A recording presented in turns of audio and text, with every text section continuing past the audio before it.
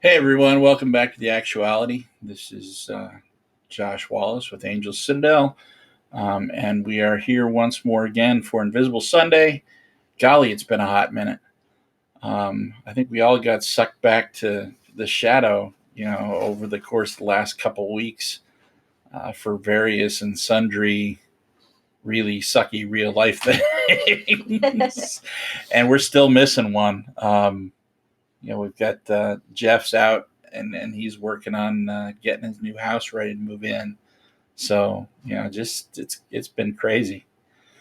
But we're back with three, and that'll do for a bit of a session today. So let's introduce who we've got here, and then talk a little bit about where we left off, so everybody remembers.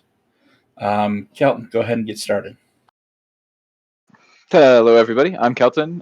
You can find me in all the places as Fesnerax the Fantastic, and pronouns he, him, and I'm super excited to get back to this. Awesome. Chris? I'm Chris, or Synth, and it's exciting to get back. Yeah, it's been a while. Joanne? Yeah, I'm glad to be back playing Invisible Sun. Joanne Wallace, the Angel of Angel Citadel. You can find me everywhere as Joanne Wallace or on Discord as Corsana. All right. So the last session was January 9th. About a month and a half ago. It's nice doing it every 2 weeks because it gives me time to prepare between sessions. But when you miss a couple of sessions, it feels like it's been an eternity since you played. Does anybody here remember what happened the last time that we played? I've been going over my notes for like the last 20 minutes, and they're a little confusing. But I have a basic handle on some of it. Hit us, Kelton. Oh, it's been so long.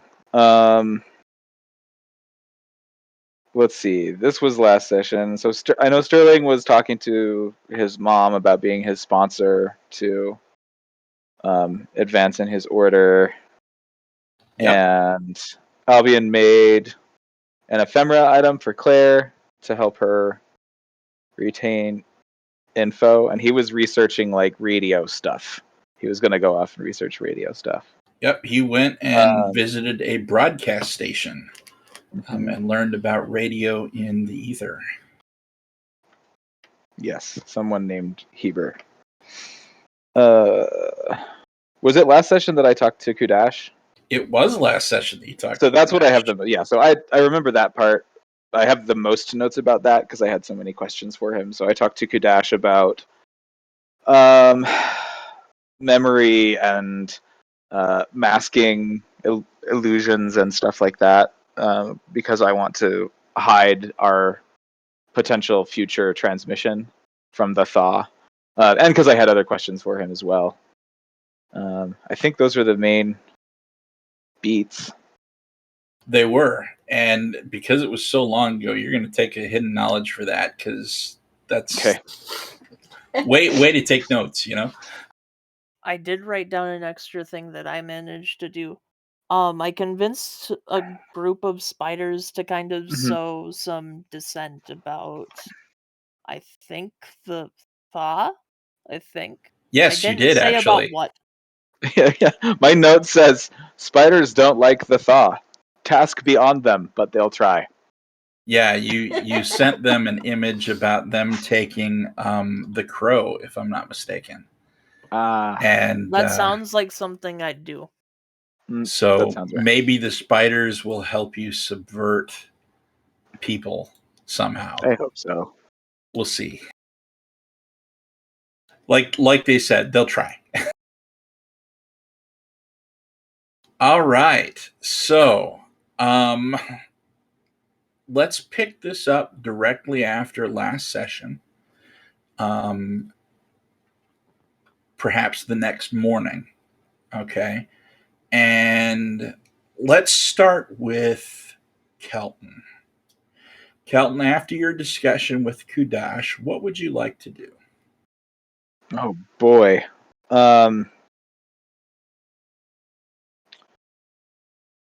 Well, I know what I wanna.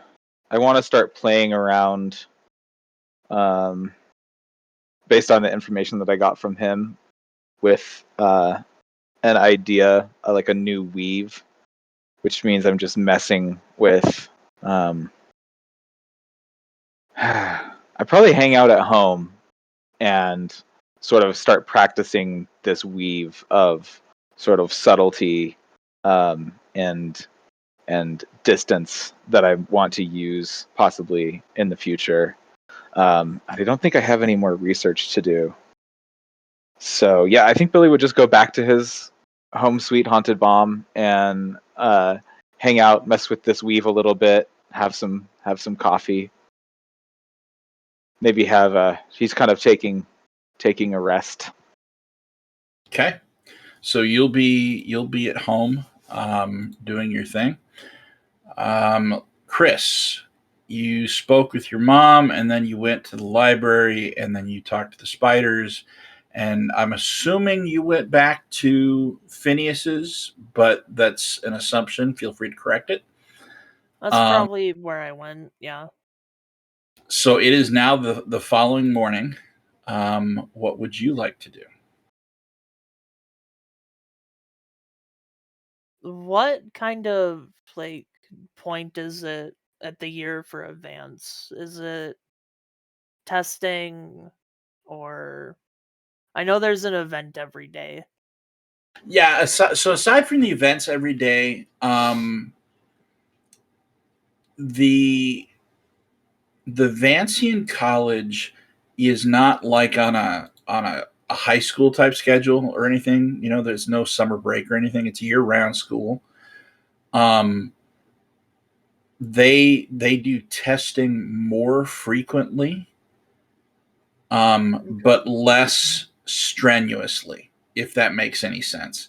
So it's not like, you think of traditional school where you're studying for 4 or 5 months and then taking a massive exam over everything, and then doing the same thing and maybe taking another massive exam over 4 or 5 months, or maybe if your teacher's cruel, it's for the entire year. It's not like that. It's very much a test as you go, heavy. If you're not talking about like lecture courses like they have for some of the very very young Vances, it tends to be very heavy on. We'd probably call it labs. I don't know that they'd call it that. They'd probably call it something like practicum. Okay. Where you're learning those skills and kind of being tested as you go. And they can see, oh, yes, he actually cast this spell right 4 out of 5 times. He's probably ready to go on to the next type of thing or whatever, right? All right, fair enough. I'm probably going to. It started really early in the morning. Like instead of the usual, like let's say the usual wake up is about 10, to start at like 7:30. Oh, wow. Okay. So Sterling's a bit out of it, but the event woke him up. It's actually a useful event this time. Awesome. Tell me about it. It is a workshop, sort of held in one of the auditoriums, from one of the higher degree Vances about how to capture new spells. Okay. Now this is new spells, or this is like Capturing Vancian new like spells, or capturing new Vancian spells. okay. Okay. Using Um the techniques that like some of the great Vances used way back when. okay. I'm here for that. Over the course of, I'm going to call this one a 2 hour seminar. You spend some time listening to this guy talk about the great Vances of the past. But as you do, you notice something very interesting. The way he talks about magic and discovering formula and how Vances think about magic in that regimented kind of way is very much akin to something that you read in your book, The Infinite Soul of Vislae. And it's like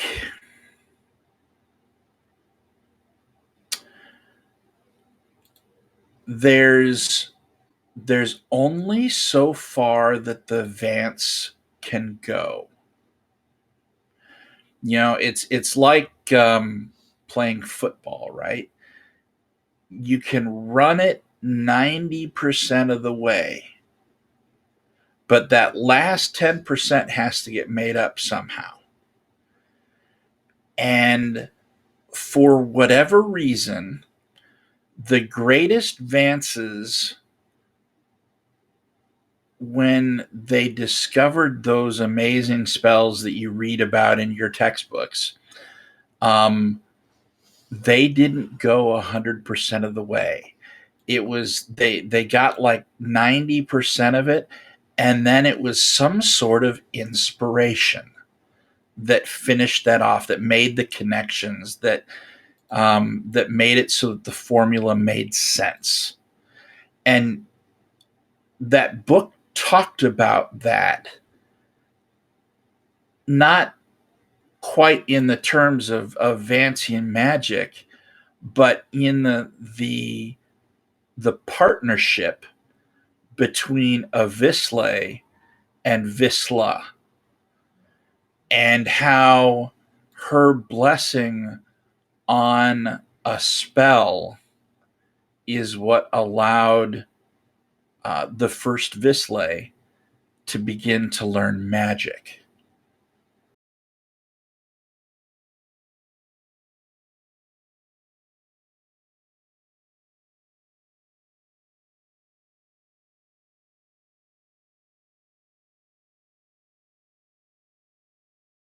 All right. Does he take open questions at the end of the seminar? Sure. So I'll sort of raise my hand, wait my turn. I'm sure there's a few questions at least. There is. Most of them are wrapped up in minutia, the way most Vances tend to be. Yeah. But eventually he calls on you. Where can a Vance find this kind of inspiration? Where have they looked in the past to find their space or find their last 10%? He blinks for a second. It's very obvious that he's never been asked that question before. And he's flipping through his notes, and he gets to a page and he looks at it for a second, and he looks up at you, and he kind of cocks his head to the side, and he says, in the journals that I've read and the research that I've done, most of that seems very personal. So it's different from Vance to Vance, right? For instance, Gregor the Vaulted, and that was somebody that he talked about in his seminar, often walked the path of suns to find his inspiration. And by that, you recognize that what he's referring to is actually a series of towers south of the city of Saturnine that you've heard of, where each of the towers is supposed to represent one of the suns. And people have used that as, or have tried to use that as portion of ritual magic or meditation, or you've heard all kinds of stories. But people actually live in the towers, and for the most part, they're actually kind of creepy and mysticism, and they don't typically like outsiders. Um, talking to them is kind of hard because they don't like each other either, and so you'll see wars between the towers every now and then, and so walking between them is somewhat hazardous as well. But Is it mostly just the red tower? no, it's not. And actually, the one that causes the most problems is not the red, but the green.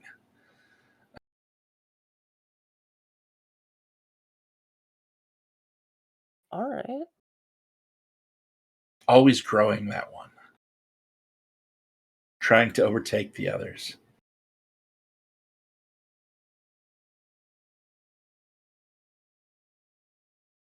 Yeah, I'll sit back down pretty satisfied with the answer I got. I'm guessing this is a pretty busy seminar. Like, there's a lot of people here because There it's one of the is. few useful events we've ever had. There is. You're actually looking around, you see probably 200, maybe 250 people, which is, aside from the fact that it's a useful seminar, it's still 7:30 in the morning or whatever. And I mean, getting up that early is difficult unless you're weird. Yeah, I went there. Anyway, so yeah, that's the seminar. But yeah, it's a very personal thing, he says. It's not the same for any two Vislae that he's noted, although he supposes it's theoretically possible. But it's often something that they do personally that allows them to connect to that whatever. And he uses that word specifically, almost as if he doesn't want to talk about the possibility that it might be beyond understanding.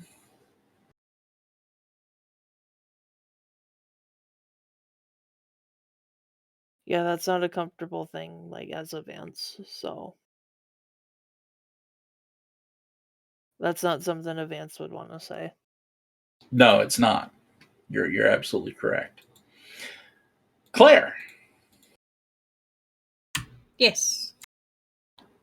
it's morning. You've managed to successfully imbibe a potion created by your friend that allows you to remember how in the world these weird goetic people have organized their stuff. And you're pretty proud of that. Yep. So you go back to your car Yep. and you get some sleep, I'm assuming. What do you do the following morning?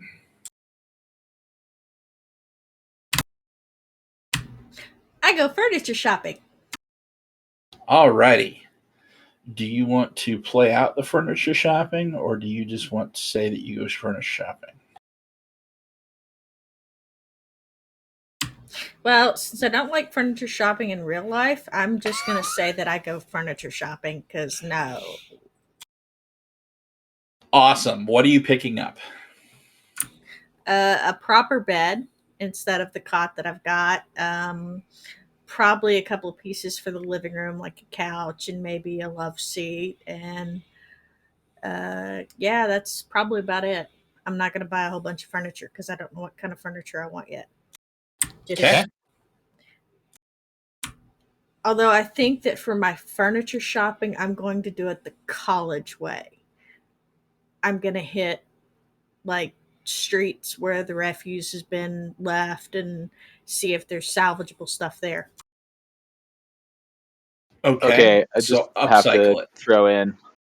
I'm doing basically the same thing. I realize now that I've had time to think about how Billy is approaching his tinkering with the spell. I need to procure a radio. But I was thinking of Billy going out and just like looking for one that somebody threw away, or like, you know, a Vislae thrift store equivalent. I just need a cheap radio. Just throwing that out there. All right. Just because I can.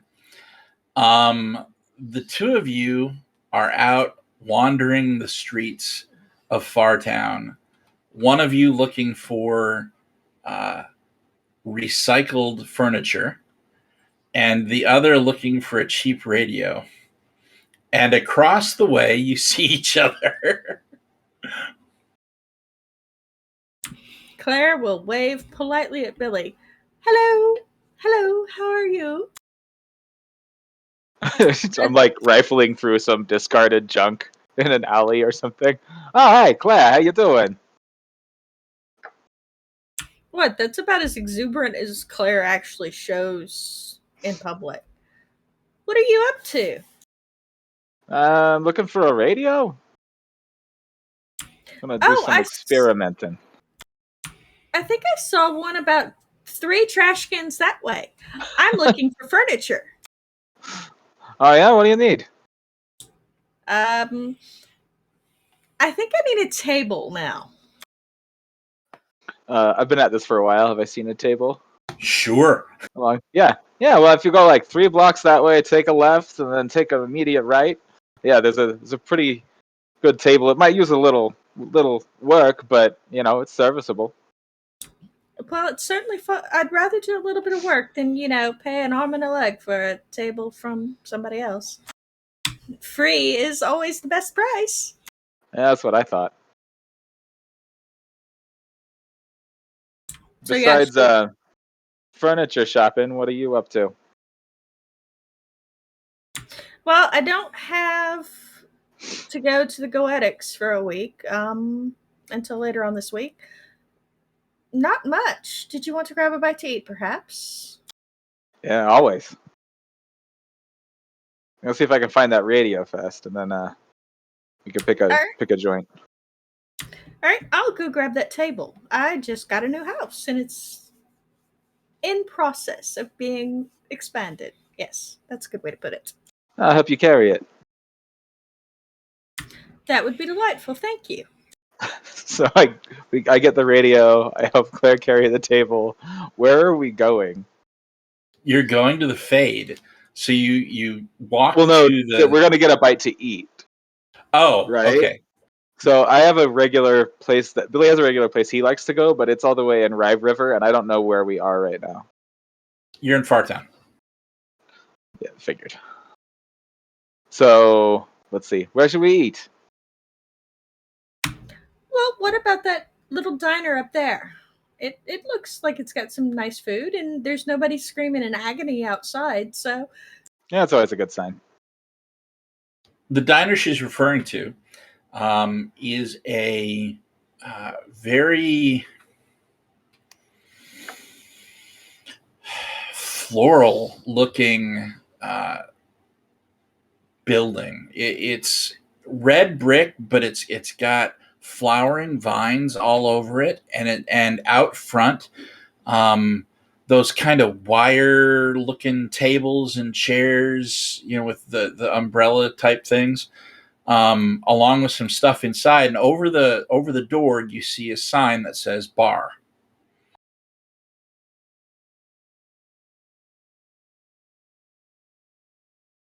As long as they've got sandwiches. Yeah, I heard of this place. They appear to. There's a couple people sitting outside that they're eating what looks to be, one of them's got a salad and another one's got Monte Cristo and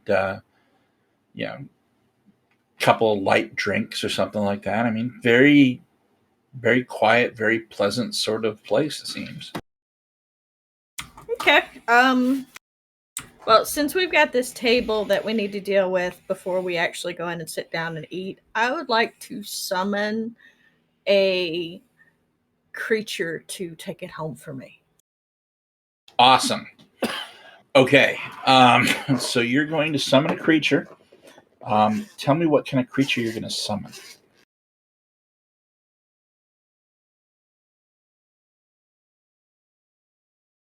Is it a demon? Is it a spirit? Is it an angel? Is it something else? I would like to summon a giant monkey. A giant monkey. Okay, so we're looking for a nature spirit of some sort.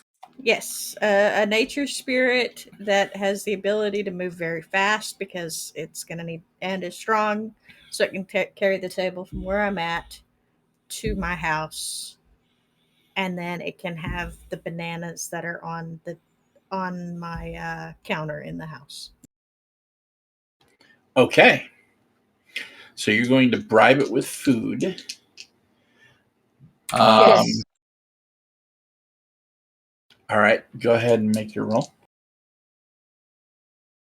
I got a 9 and a 1 on the magic die. But not a 0. Okay, so you summon a very, very large gorilla. He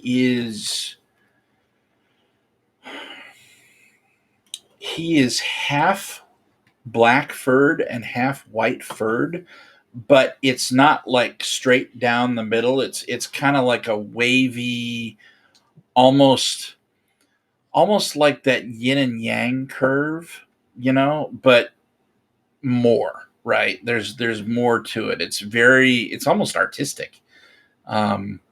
Looking at the way it blends. And he looks at you expectantly, and you hear in your head, yes. Hi, handsome. I need you to deliver this table to my house. You know where it is because you can pull it from my mind. And in exchange, I'll give you 10 orbs and the entire batch of bananas that are on my counter in my house.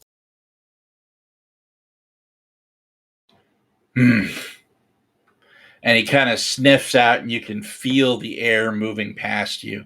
He looks down at the table, and he reaches with 2 fingers, and he picks up a leg and lifts it and looks at it again. Good trade. And he lumbers off. But he's not like taking the rail or anything. He lumbers off like he's going to climb the wall of Fartown or something. You have no idea. She's just going to watch him go and kind of do this. Spirits. Gotta love them. You really hope that table makes it back to your car. I love this game. It'll make it because I bribed him. All right. So lunch. Yes, lunch. I will take Kelton in and we will get our lunches. I will get a sandwich of something. I don't know. Okay. You get a sandwich of something. Kelton? Yeah. Sandwich sounds perfect. And I also order, like, could I get, like, a really big iced coffee, please? Yeah, sure. Like, the largest one you got? They bring it out, and, it unlike some past experiences of late, it actually tastes like coffee. Yes. I pour a little out of my flask into it. Okay. Order a sandwich as well. Very nice. Very nice. Quiet lunch, people come and go around you, but it's not super busy. It's not noisy at all. And, are you guys outside, or are you inside the actual establishment? I'll probably suggest that we sit outside and enjoy the warm weather. Me And too. it's easier to run away if something shows up that tries to eat us or kill us or capture us, like the thaw. Fair enough. It's even quiet outside, right? That's awesome. The area of this particular restaurant, establishment, whatever you want to call it, is while it's on a busy street, it doesn't seem to be busy right around this restaurant. Like it's almost like somehow something is making it so that the ambiance around this place stays quiet.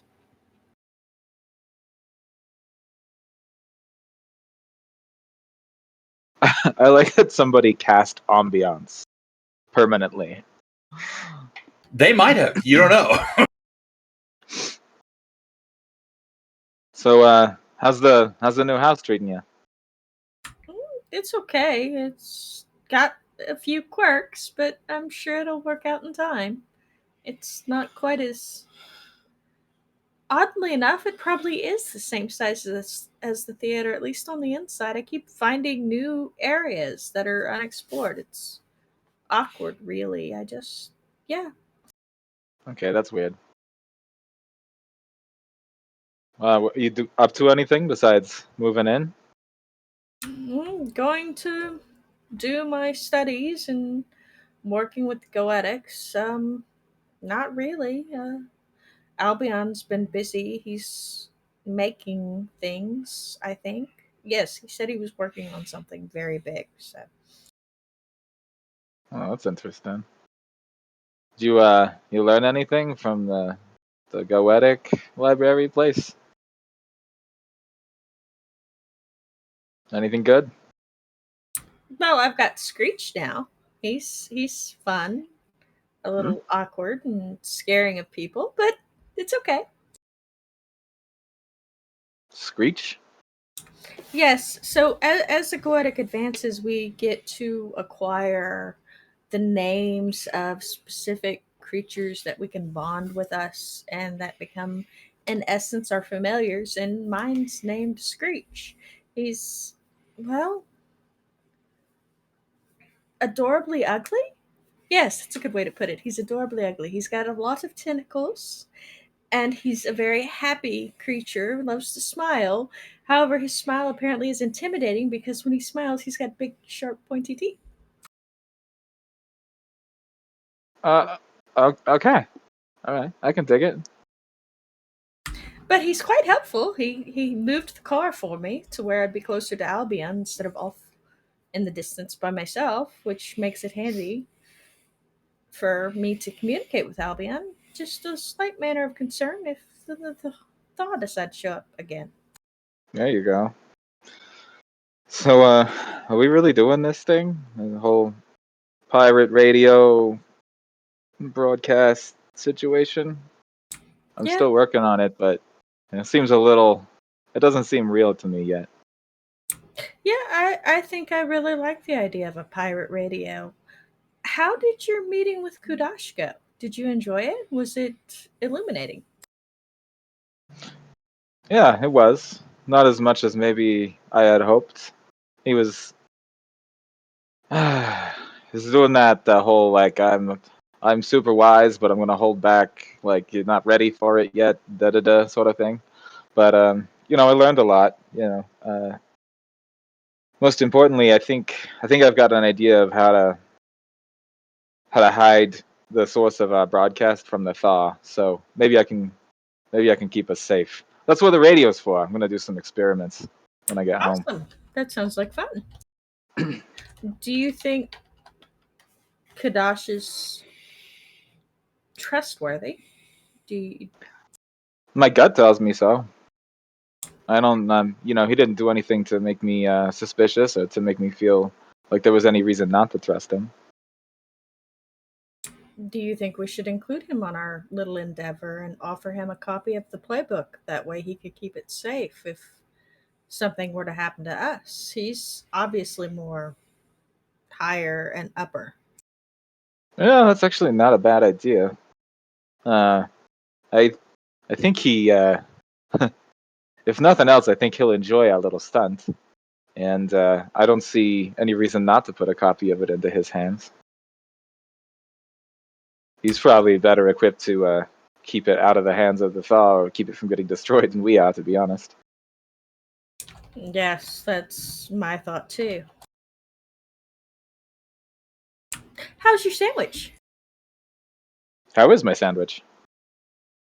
Quite good. It's it's simple, but it's very good. That sounds perfect. You're telling this me is they great. went to a functioning restaurant. They did. I mean bar. I mean restaurant. I mean cafe. I mean. Well, at this time of day, it's a cafe called bar.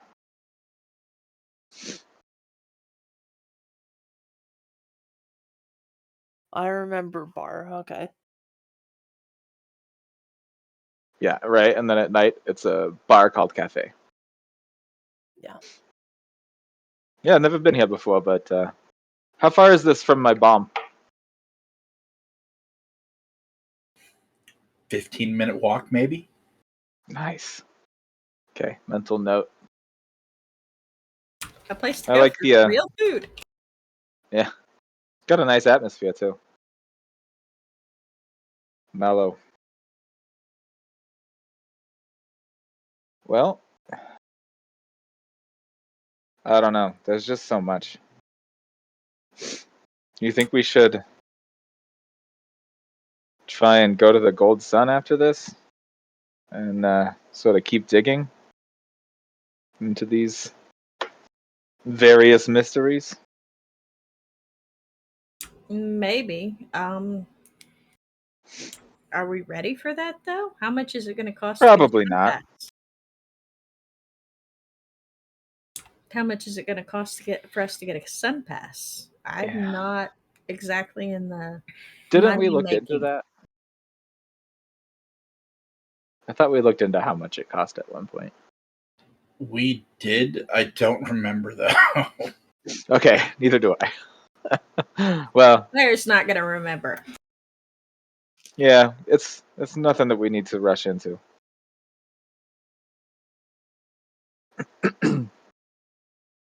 It might be in the key. Yeah, Off the top of my we'll head, look it though. up later. But Have you heard from Sterling? no, that's only hasn't been that long, but no, I haven't. I wonder if he's in a class right now. I mean, I guess it's not like we have anything super pressing to talk about, but maybe he's learned something. Yes. I am going to do something.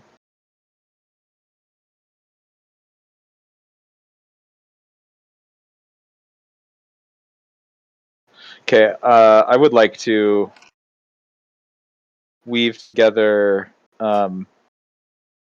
distance and dreams to send Sterling a little like daydream vision of Claire and Billy eating lunch at Cafe Bar. All right. So I'm going to assume that you're not going to resist something like that, but I'm probably also going to rule that you can't for a very specific reason. I'll get to it in just a second.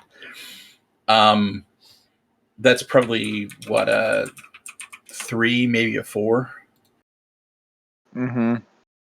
I guess it depends on the distance.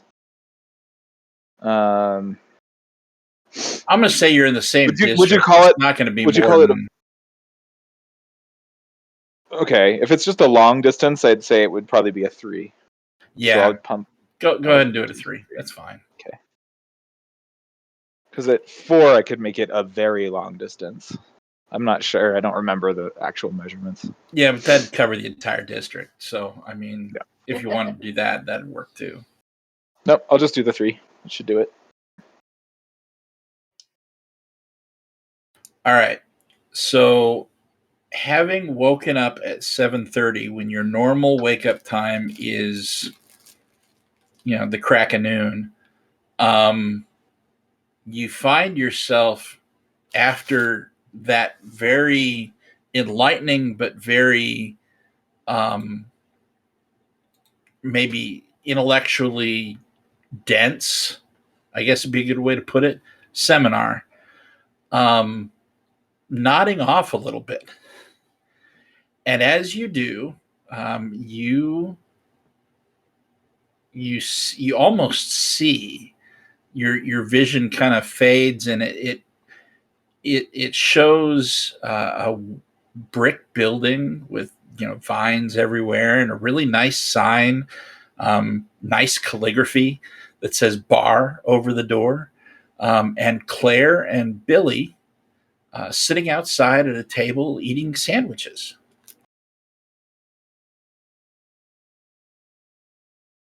Is the vision kind of like a dream where you're in first person, or just sort of like a camera panning through the area? No, it's pretty first person. You're live and in stereo. I imagine I'm like sitting in my chair in the auditorium falling asleep. So I'm gonna just act like this is real. I'm just gonna walk over and sit at the table as if that were possible. Okay. You get up in the auditorium and start moving, and as you do, you I sit stop. like 5 seats down. You sit like 5 seats down, but in order to get there, you stumble over some poor Vance's feet. He's maybe 5 foot, if anything. He's maybe even smaller than that, right? And just he as you stumble over his feet, you must have stepped on one of them because he lets out this eep, and it it kind of doesn't feel like it belongs in that dream.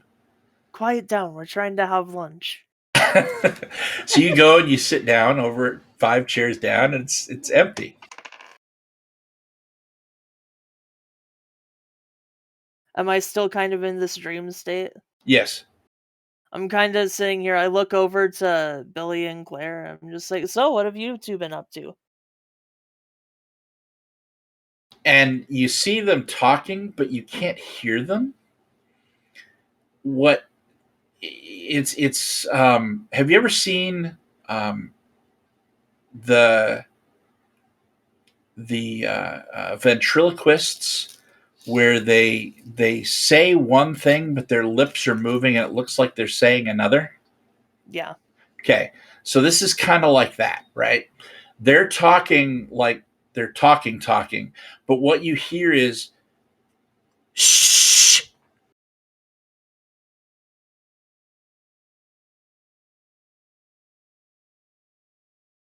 I'll kind of look around.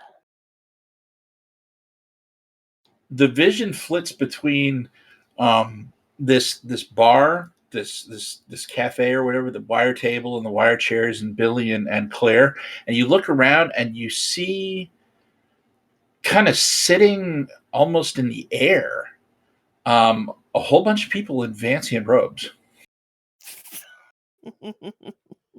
Like there's no table or chairs there, but they're sitting down.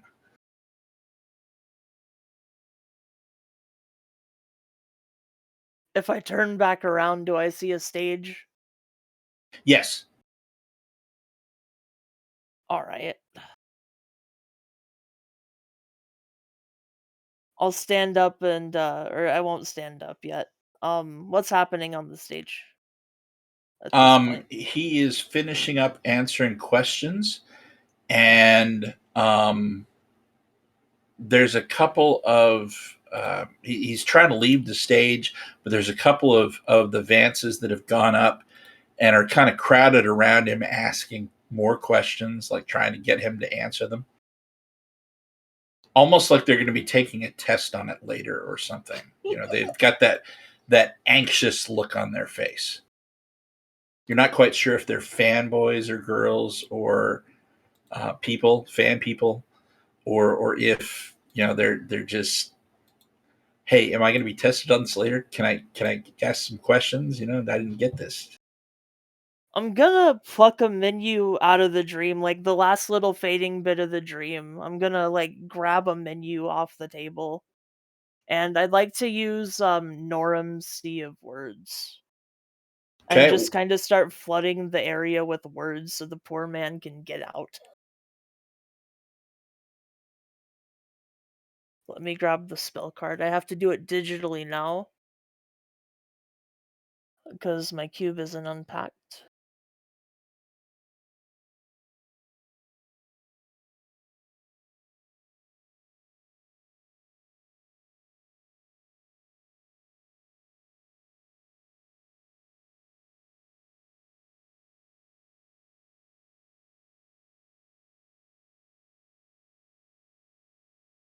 Yeah, so basically just a bunch of food related words kind of start floating in the air with this green tint. Okay. I'm posting the spell in chat so you can see precisely what it does. And kind of slip out as I start reading off the menu, dusting myself back down.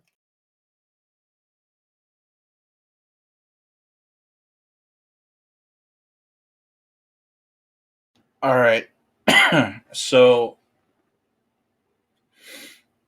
the you're reading the menu is what I understand. Yeah, I'm reading the menu while using this to kind of, as the dream fades and I kind of slip back in and see this guy trying to actively leave. So around this guy leaving, you see a whole bunch of words start clouding the area. And as you slip out, make a perception check. Okay. Let me grab this character sheet. Perception. My current's probably not at 3. It's probably at 4. And my sorcery is probably good. I'm gonna spin the sorcery to keep this. Okay. So that's 2 source. Yep. Okay. Let's roll perception. I will use a bene.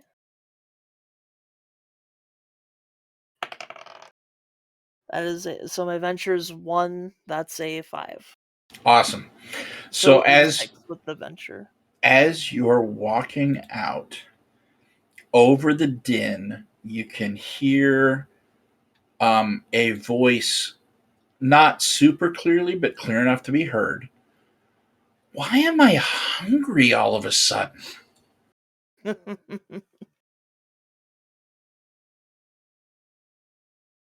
So you leave the auditorium. Where do you go? I guess I should head to bar. Okay. And not my usual stop, but you don't just see your friends eating somewhere and then not go. So It takes you about 10 minutes to walk there.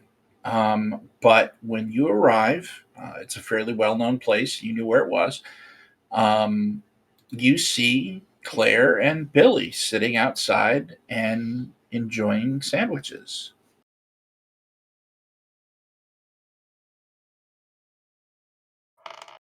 Hey, it I'll wave worked. over I'll wave over a waiter and request whatever the specific today house special was from the menu.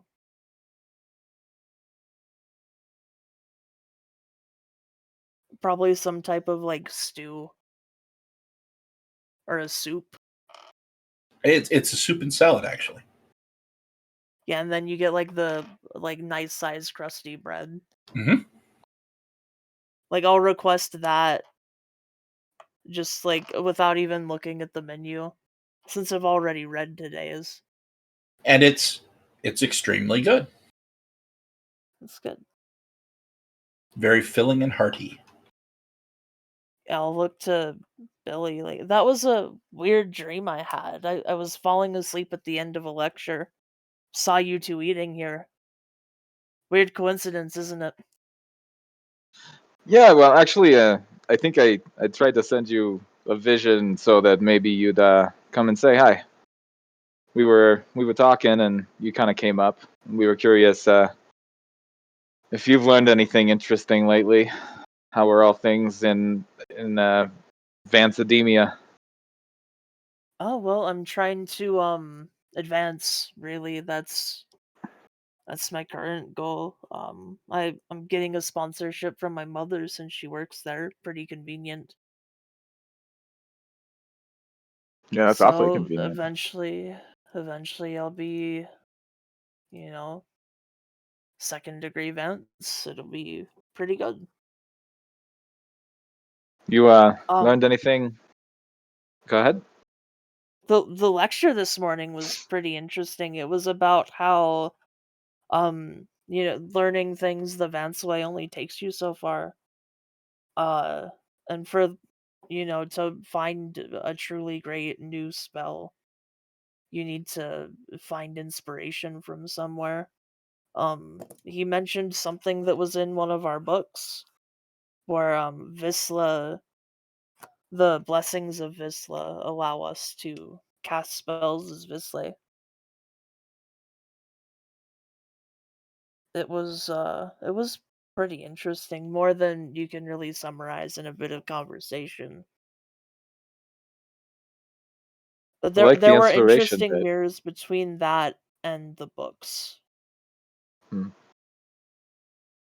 As a side note, the actual specific analogy that was used in the Infinite Soul of Visla was making a fire.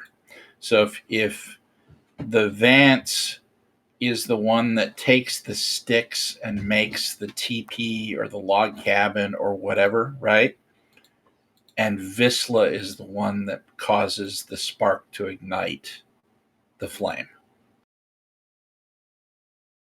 I'll say that. I get it. It's like 90% Vance, 10% Weaver, right? If that's how you insist on But putting it, then sure. I'm just kidding. Did you have you learned anything new about the thaw? Spiders don't like them. That's fairly Oh, interesting. that's noteworthy. Yeah, especially considering I asked them to try and spread the word about how terrible they are. I don't know how they're going to do it, but I can trust spiders. I don't have a problem with them. That is just amazing. I hope it works. I do too. Well, does anybody have any ideas on how we're gonna proceed? I mean, I'm working on a weave to hopefully keep us safe, but there's quite a bit hanging on Albion right now. I think this is kind of his area. But what else should we be thinking about? What else should we do to prepare?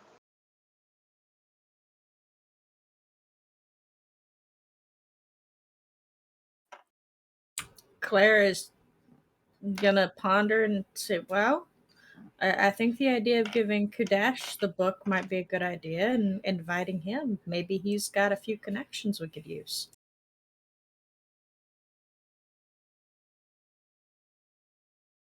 Would Yeah, someone but as high profile as him want to be on a pirate radio?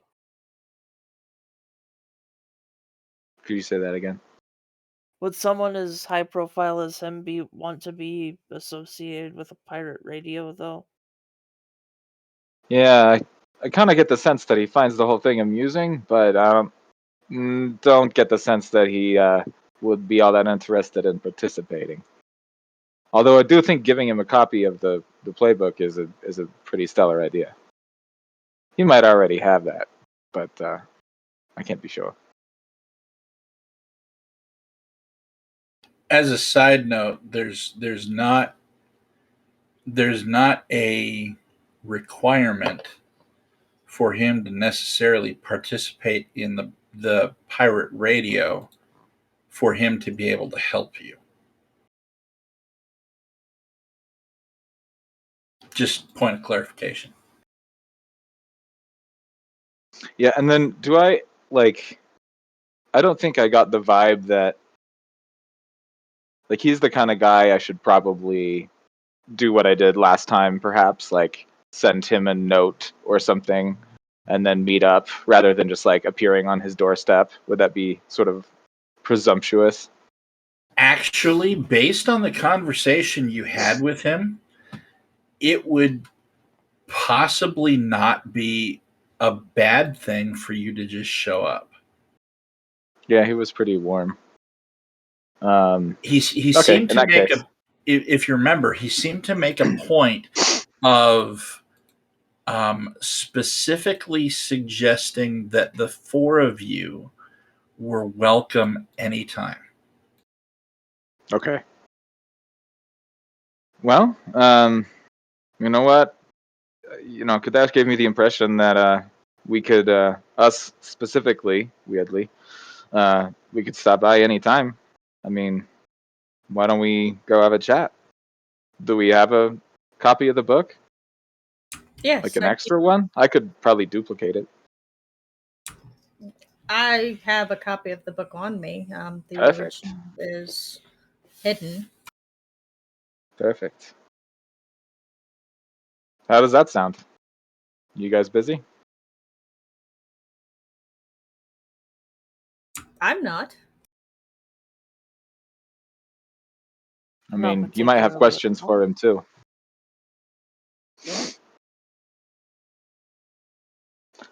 Well, let's head to Kudash's place in, what is it, the Strange Glass District, if I remember The Strange Glass District, yes. Yeah. Let's see, and we're in Fartown, so yeah, we're not really in a hurry. Should we just take trains? Yeah. Could call a weird cab of some kind. The I'm trains fine are with more taking the train. romantic. Trains are harder to track. Yeah, you got a point. Yeah, so we'll hop the train over to the Strange Glass District, make our way to Kudash's place.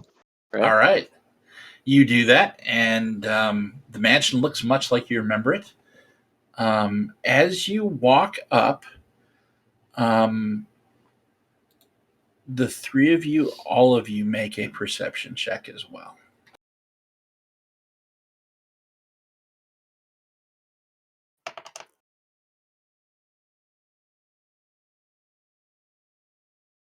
Eight. 9. Jeez. I thought 6. I was special. Okay. Pretty good all around. Yeah, so all of you, I think, are going to see this. There is, and it's early afternoon, right? Sun's still out. There is a glint that catches your eye up in the sky. Like the glint that you get when someone flashes a mirror at you or something. I try to examine it more closely. Can I see the source? The two of you and Sterling can. It appears to be a figure that looks like they're flying.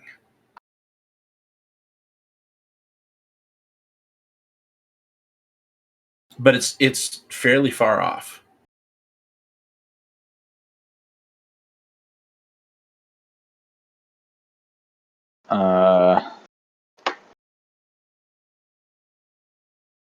You see that too, right? Yeah, I do.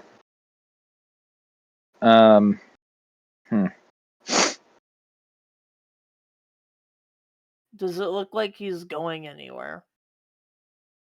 I can't see. It does not. It actually looks, if you had to guess, like it's joyriding almost. Um, they're swerving in the air, and you can see them do like one of those loop things, and as you're watching, right? Um, but yeah, they're far enough away that you can't really tell what it is or who it is.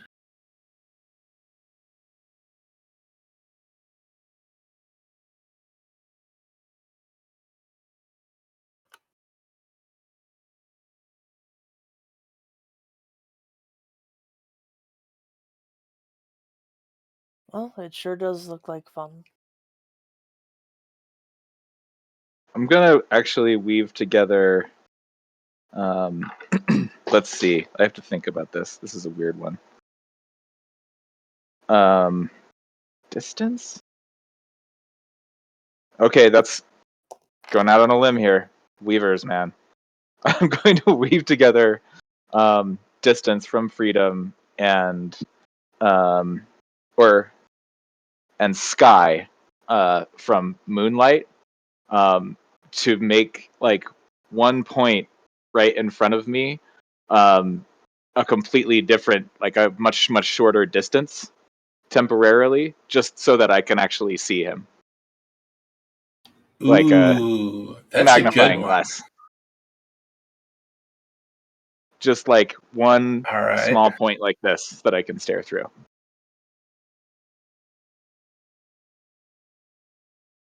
That's cool. I got to figure out what level I'm going to do this at, though. Yeah, this one, let's go ahead and draw a card first. Okay.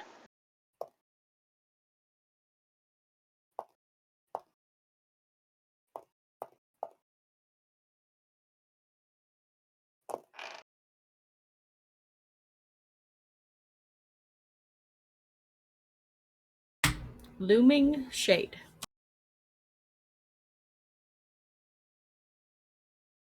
I get the feeling from the table that I could probably pull this off as a level 2 effect, but if you think it needs to be higher, I will spend more. I'm feeling like it's kind of akin to an illusion, but it's a little bit fancier than that, so I don't know. Yeah, I'm looking at the effects by level table here. Hang on just a second.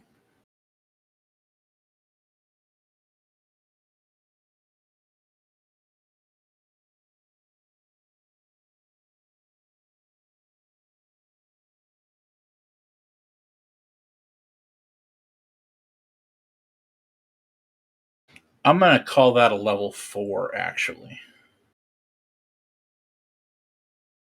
Perceive from a new vantage within very long range.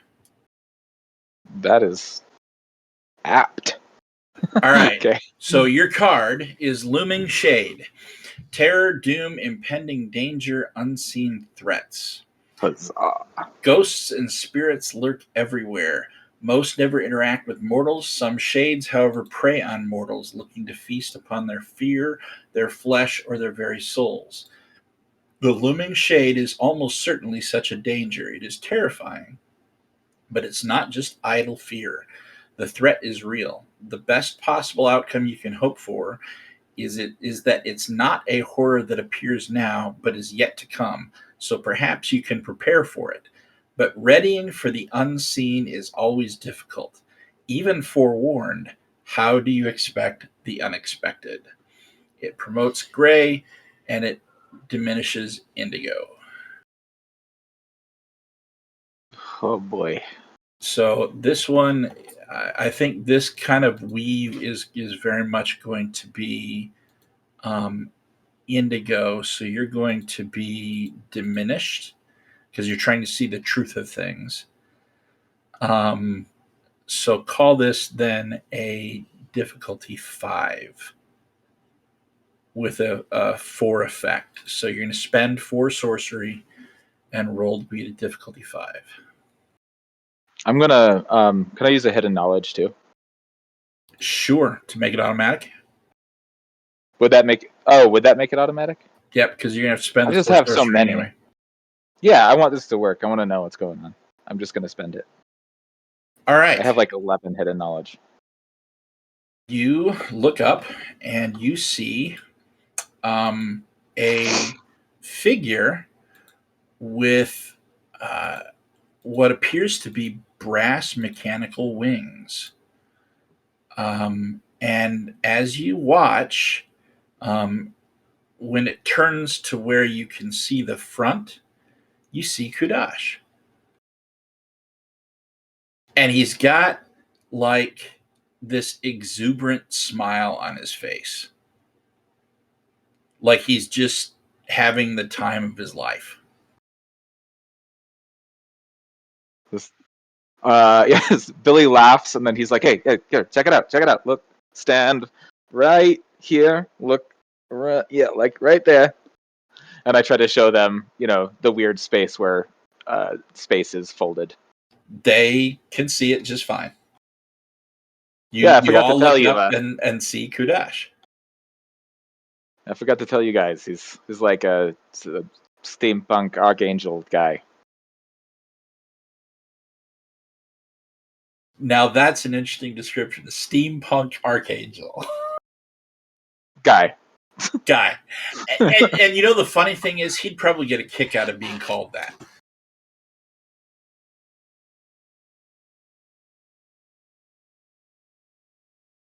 I don't know. Should we?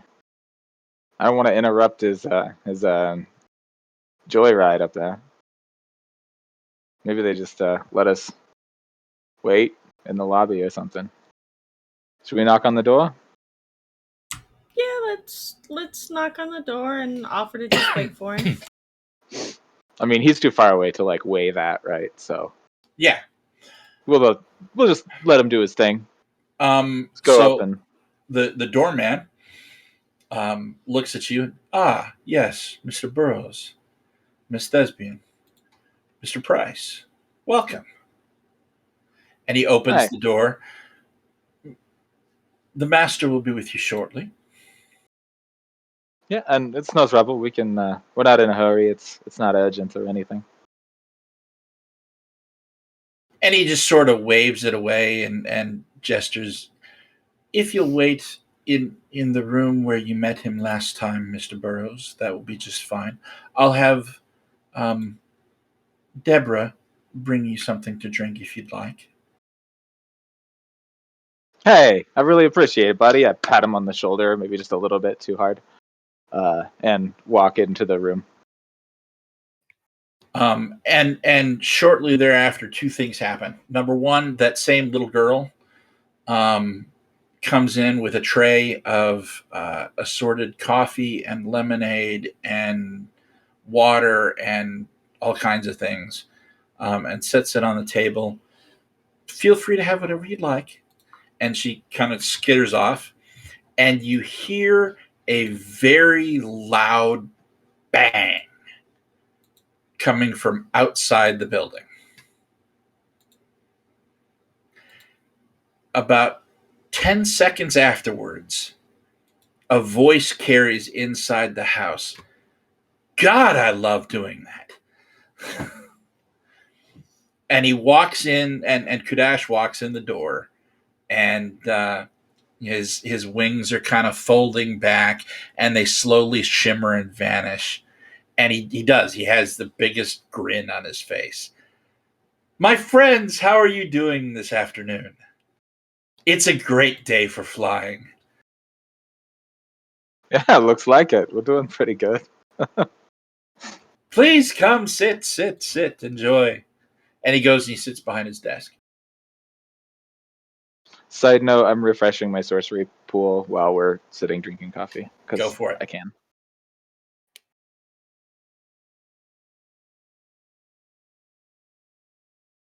He kind of leans back and crosses his legs and folds his arms and or tense his hands in front of him and how can I help the three of you today?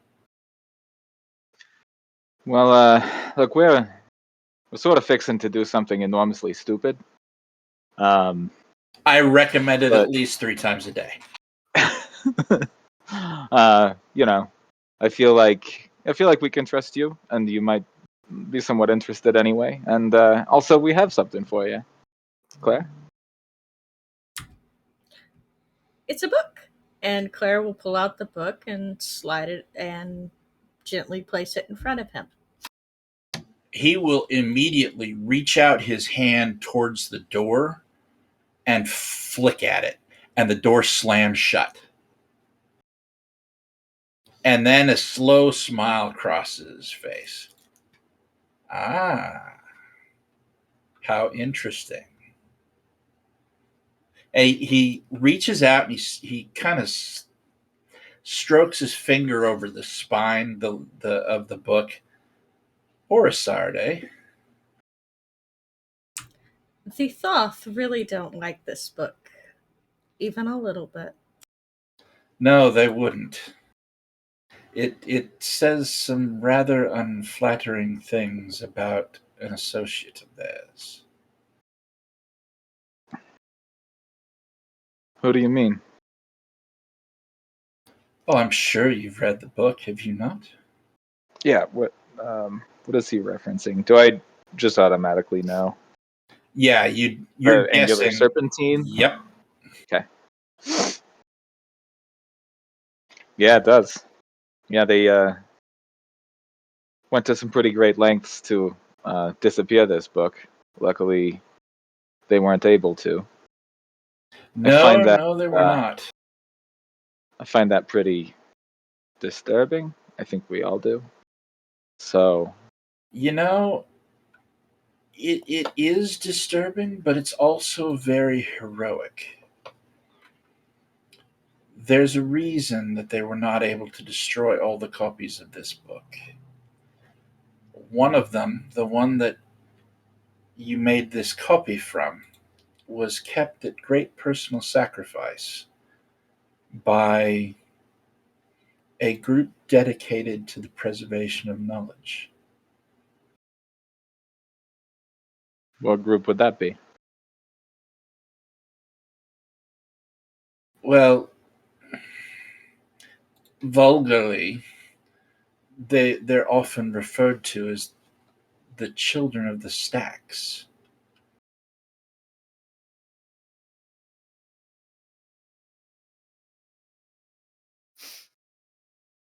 The weird librarian people.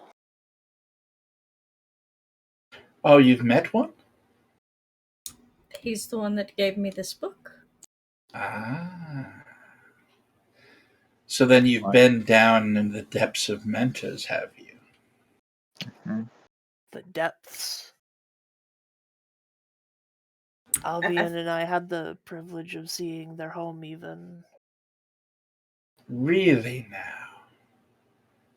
Well, that is interesting. I can't think of the last time that they've invited anyone into their home. Even I have not seen it. Oh, so that was even weirder than I thought. So, if you heard that somebody was gonna maybe do like a radio play production of the contents of this book, as under the radar as possible, what would you think about that? I'd suggest that they find some way to mask their transmissions. It just so happens that I know someone that has been investigating such a thing. He stopped by my house yesterday, and very wonderful chap, actually. We're scheduled to play Spiders at some point, I believe. Yeah, we need to do that. We do need to do that. Would you have any advice?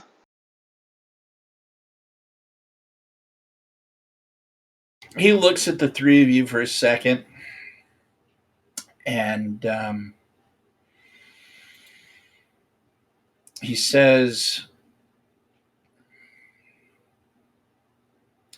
The advice that I gave you yesterday is still the best that I have. If you wish to mask something from creatures who think in black and white, you must clothe it in color. For those who think in literals, dive into the abstract. And there's really only one place that Vislae go to find the abstract. Billy, you've been there.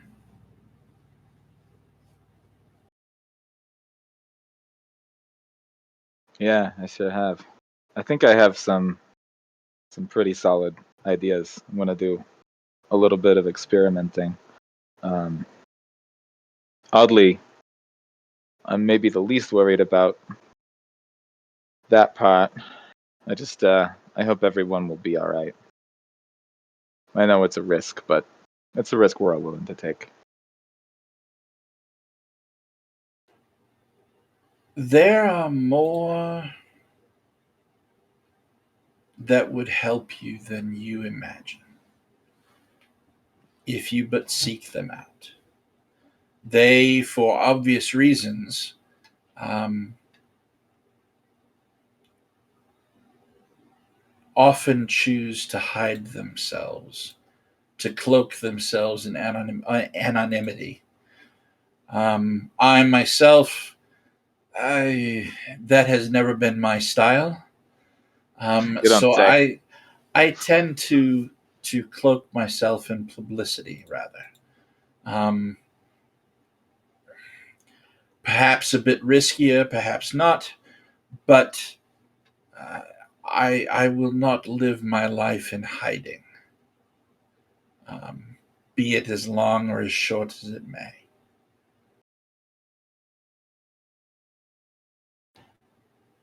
These others, however, they have resources that I do not. How would you suggest we? Well, where do you suggest we look? As I understand it, young Sterling here has already started to make inroads in one regard. I may be able to offer another. Have you by chance heard of the Order of Honed Thought? I feel like that came up at some point in this campaign. Yes. Every single publication that Kudash published and was kept by the Vancine College was sponsored by the Order of Honed Thought, not the Vances. The people who published your papers. Yes, indeed.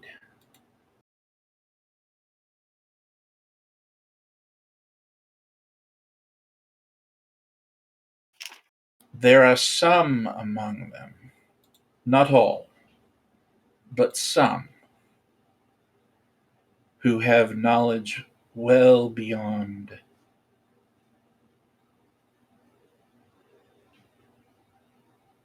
the others of that group. And they wait. They wait for those who are truly earnest to help them along the path. Much as, and he reaches out and he strokes the spine of the book again, the gardeners of old.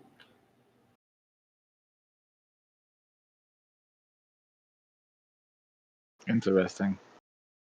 How do we get in contact with them? And is there anybody in particular we should seek out?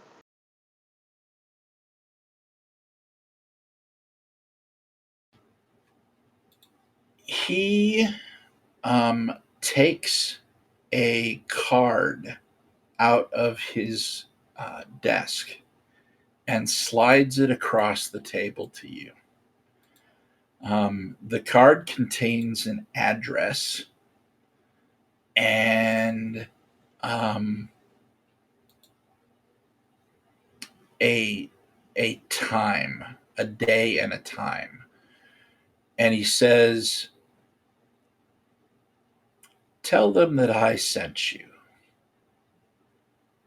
and it will put you on the path."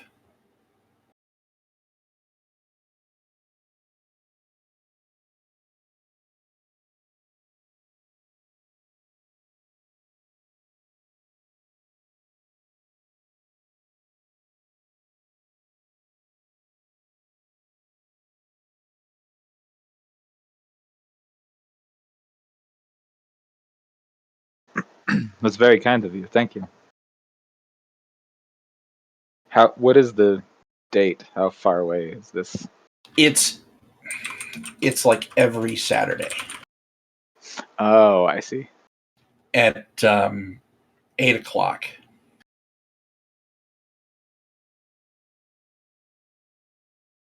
AM or PM? PM, sorry, in the evening. Okay. Sober conversations are best kept for the quiet of the evening. I tend to agree.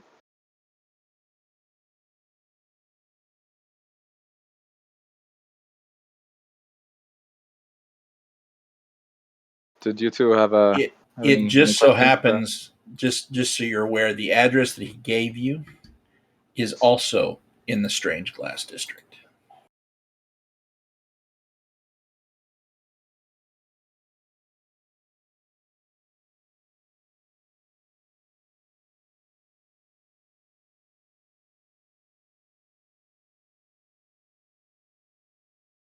So while you guys are thinking about whether or not you have any more questions for Kudash, what we'll do is we'll take a quick 10-minute bio break and come back. Let's call it 4:35 ish, and we will discover what else you guys want to know from Kudash and what you will do with that information. For those in the audience watching, thank you so much. Stick around. We've got more to come, and we'll see you again in the actuality in a few minutes.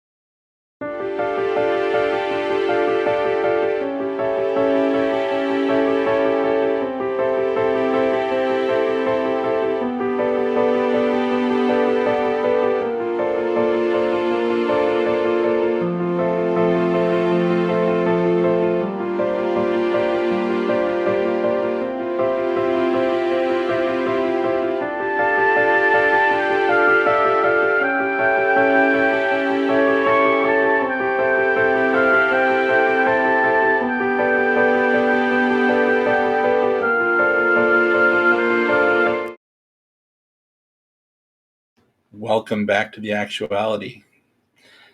When we left, our Vislae were chatting with a friend of theirs named Kudash, a fairly wealthy individual, also a Vislae, a weaver in the Strange Glass district, and were asking him questions and asking him to hide a copy of a book of plays that they had found in case the thaw came knocking, looking for them.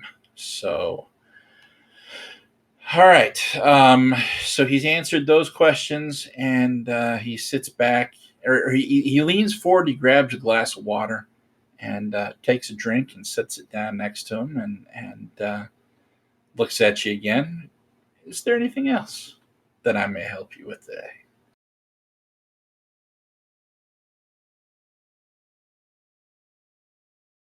I have at least one more question. Please.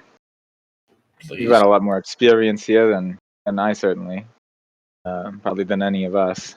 But how scared should we be of the thaw going into this? Extremely. Now, when I say that, understand that I'm not suggesting that nothing be done. Letting your fear overtake you is not the path of Vislae. But a healthy amount of caution is never a bad thing. As I said to Albion, you never tussle with a giant till you can hit it right between the eyes.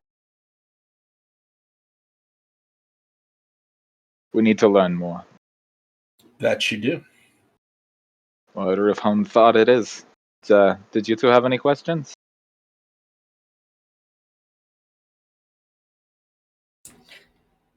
A concern came to mind a few minutes ago as we were talking about this. Obviously, if we're doing pirate radio, that means most people aren't going to want us to blabber about them. So commercials are out. Do you have any suggestions as to where we could pick up financing?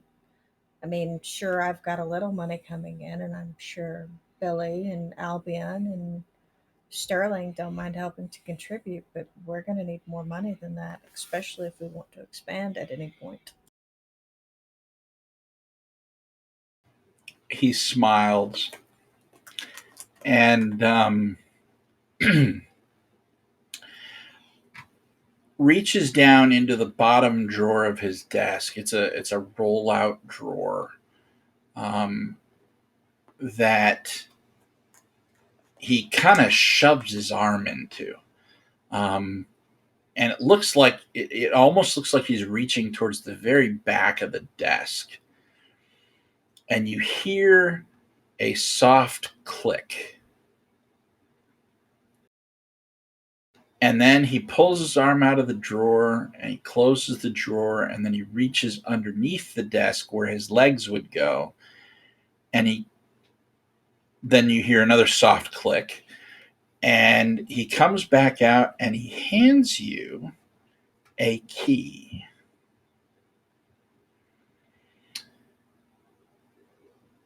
This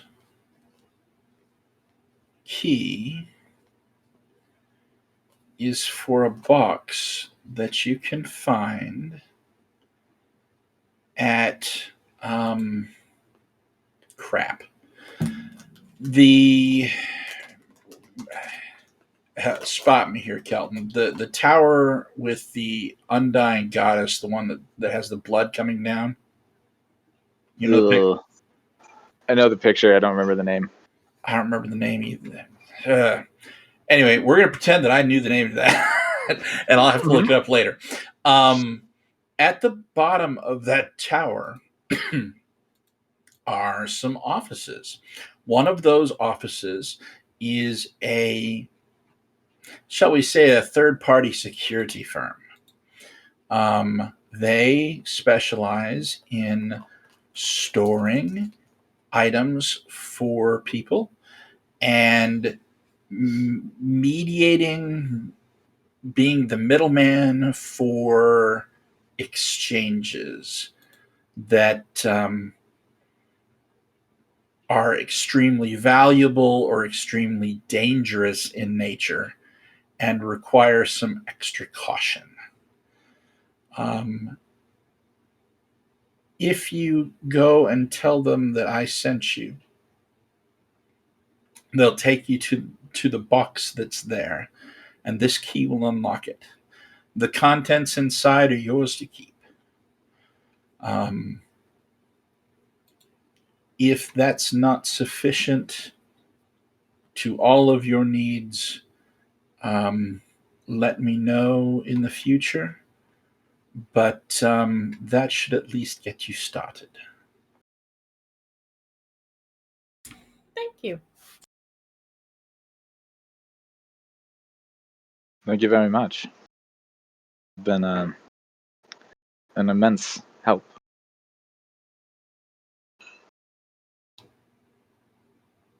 That which we all fight requires all of our best efforts.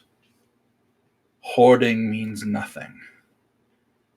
Courage and useful and judicious application of resources mean everything.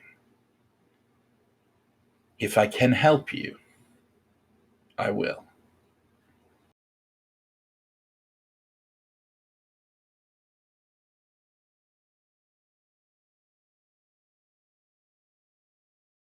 We really appreciate it. Going into this, I thought we would be going it alone. This makes a big difference. The one who we fight would have you believe that you are always alone. In fact, if you look at the way the Vislae have been organized, it tends to promote that. I don't believe personally that that was ever how our mother wished things to be. And so I try and do it differently. Perhaps I try amiss, but how do you ever improve without trying?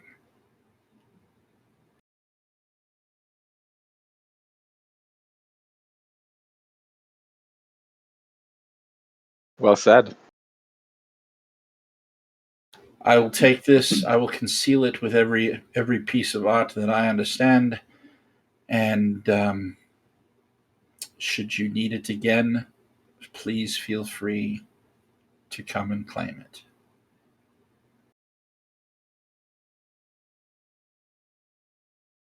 He reaches out and he rests his hand on the playbook, and it glows a soft amber and then vanishes.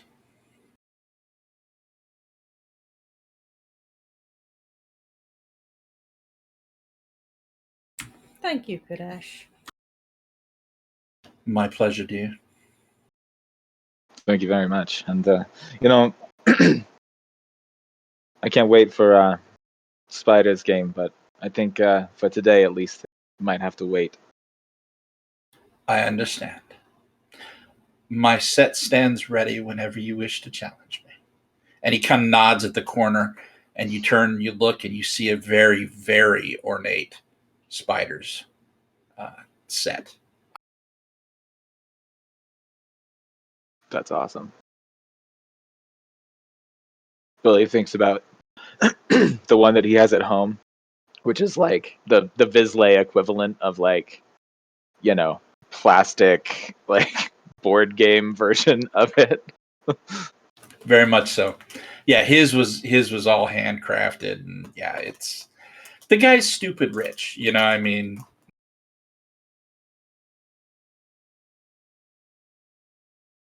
Well, what do you guys say to making some preparations? So when Albion's done whatever radio stuff he's gonna do, we're a little bit more prepared to move forward. Let's go get some money. sounds good. Is that everybody want to do that? Yeah, I think that's a good plan. It sounds like a better plan than what I can think of. And we're off. So what district is the tower, which we cannot name, in? All right, I think I remember it. Hang on, let me look.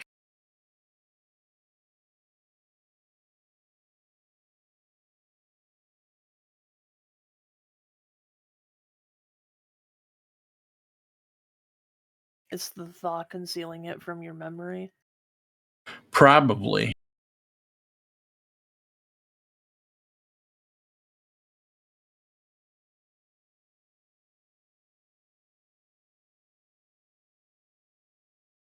It is in the reinvention. It is called Gamrose Tower.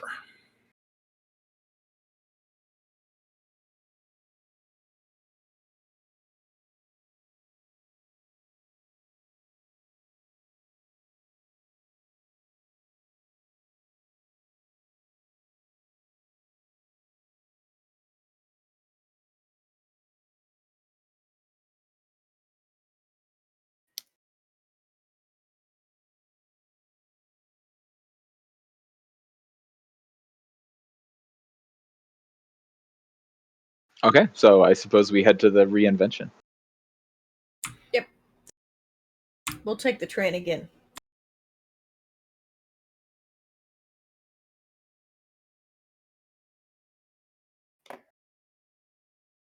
Okay.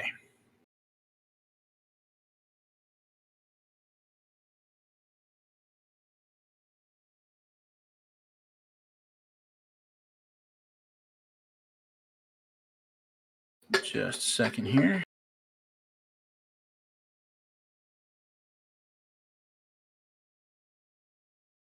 As we're riding the train, Billy's gonna be like, "So, Claire, what you said back there, seems like you're thinking a little bit bigger than I realized. It sounded like, are you considering keeping a radio station going, or just the one broadcast?" I think we're going to need to keep. I think we're going to want to have multiple radio stations going. I think we're going to need to go bigger. If this is as bad as he fears, then one scream in the night isn't going to be enough. We're going to have lots. A You're chorus of probably right about voices. that.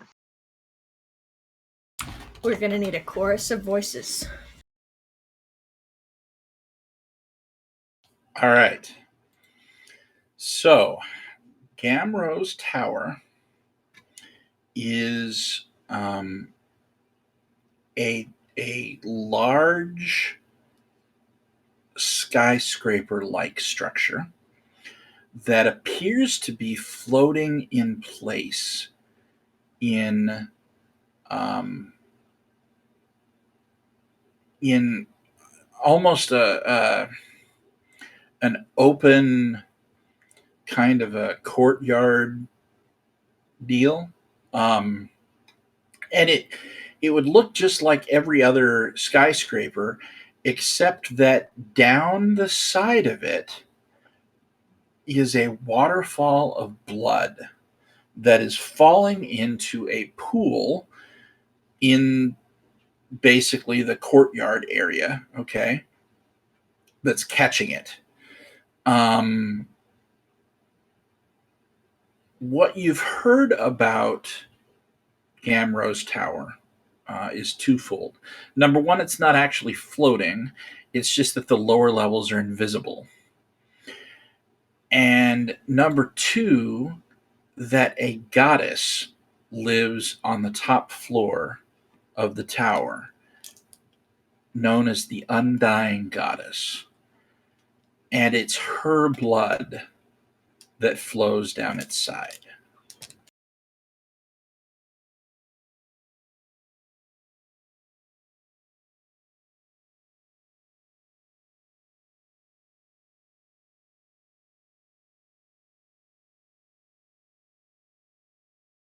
Yeah, that's not uncomfortable at all.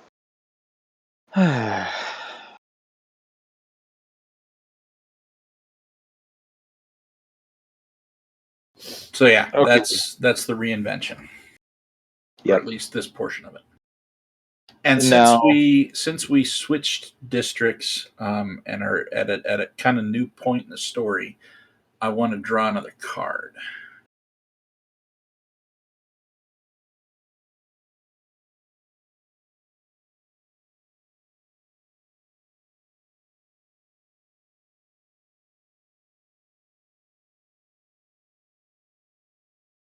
Compelling voice.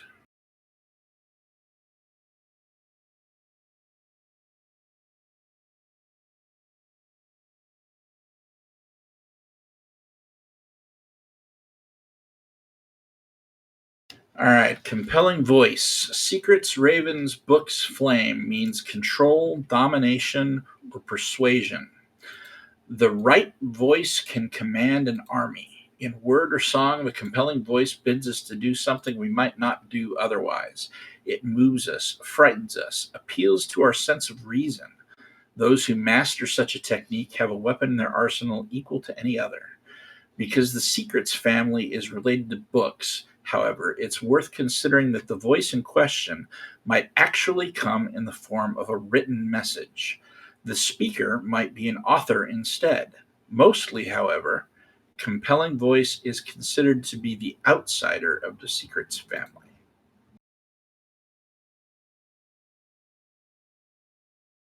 are you kidding me? I love this game. I absolutely freaking love this game. God damn it. It's not even fair. Well, that's us, Yep. hopefully.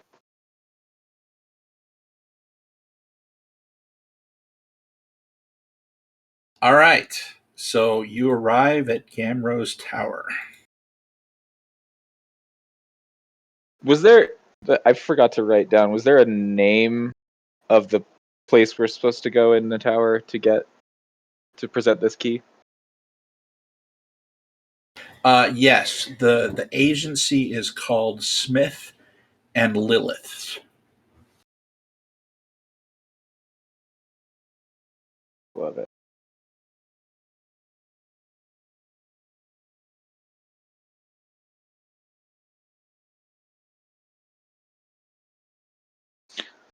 Uh, well, we look for Smith and Lilith.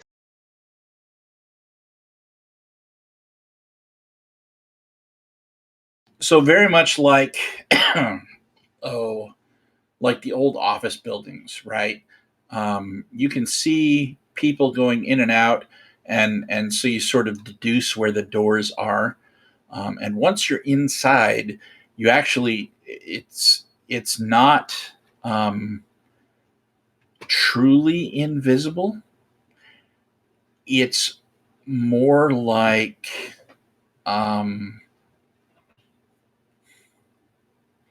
mirage sort of sight.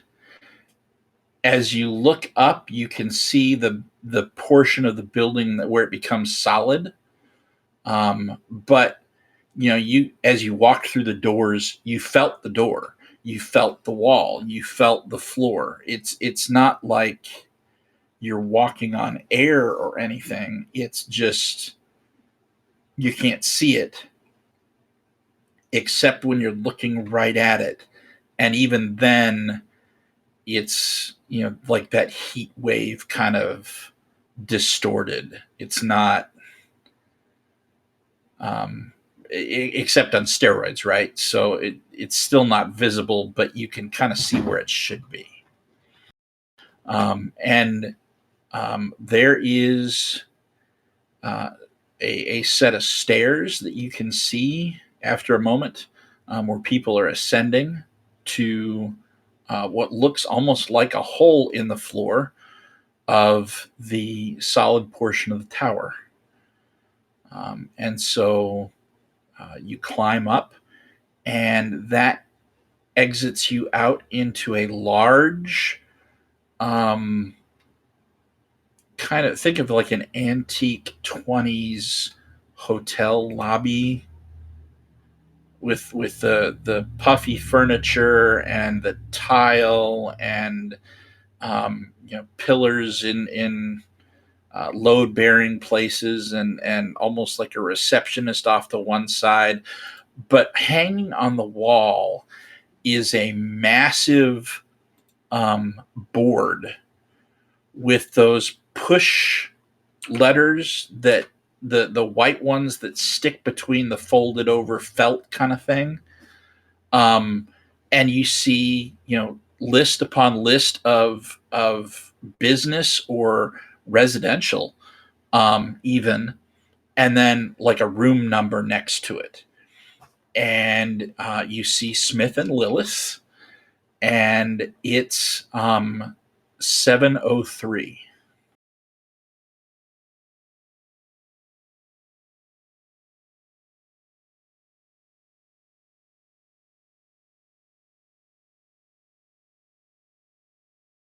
Okay, and we're on like the second floor You currently. you are actually on the third floor. Okay. And does the same staircase that we took to get here just keep going, or do we need to use something else? It does, or you can take an elevator. Well, let's take the elevator. You head up to the seventh floor, and there is it almost looks like a series of either apartments or offices. The doors, they're all wood frame or look to be wood frame with a large frosted glass in the middle. And then on the glass itself, you see what looks to be like a sticker, but it's not a sticker. That says, at the top in kind of a little curve, 703, and then right underneath Smith and Lilith's.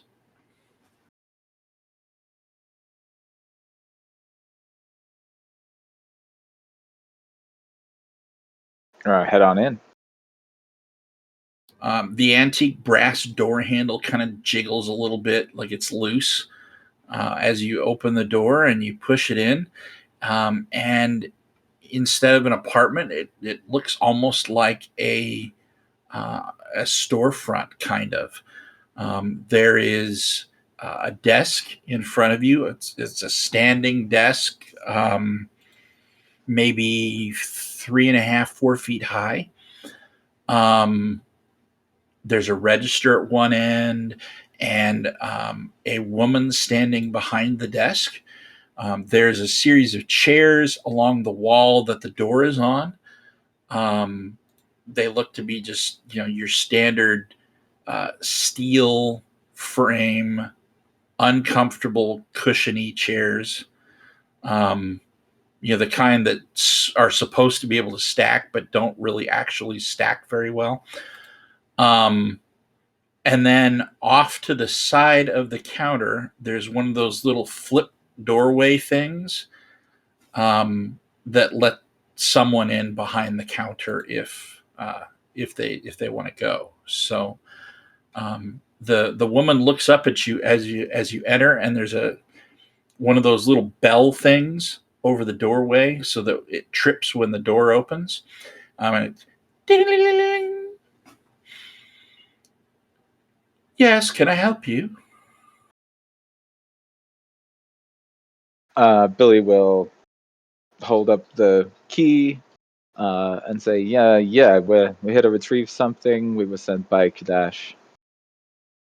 Place Excellent. Just a moment. And she takes the key and goes back into a back room. And when she comes back, she's carrying a box. The box is maybe 1.5 feet on either side.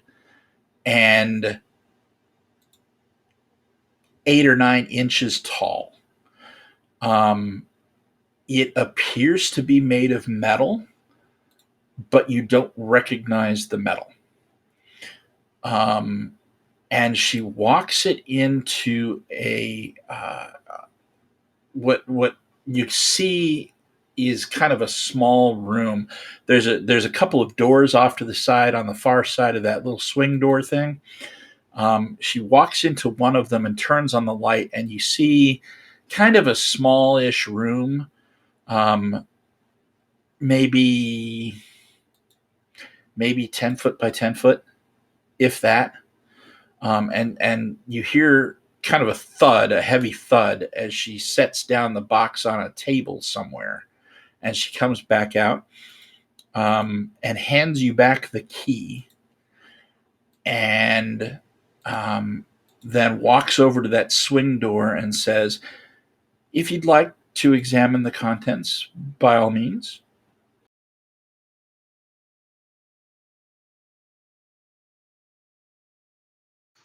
I look at you two. I think Billy, being paranoia boy, would probably be like, yeah, maybe we just take a look at this at my place.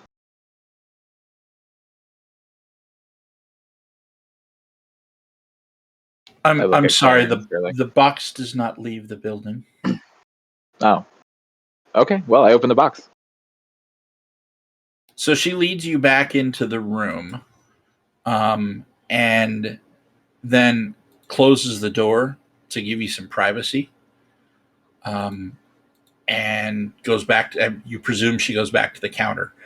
And so you're left alone with the box, which is closed and appears to be locked, and the key, which she gave you back. And it's a small table, and there's actually only 2 chairs. Obviously it's a smallish room. It's not designed for, a massive crowd or anything to examine stuff, but the 3 of you fit in the room okay. Okay.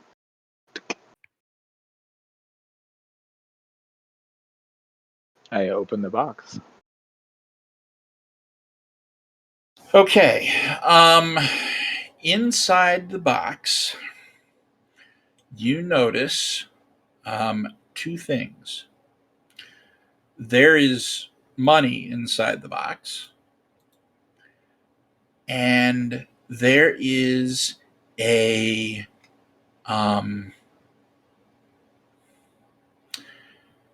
what appears to be an amulet. Okay. We'll start with the money. The money, there are 8 mage coins,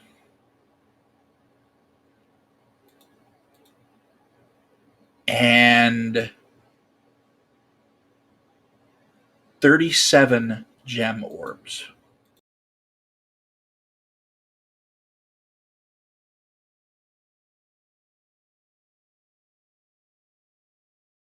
Well, that's a hell of a start.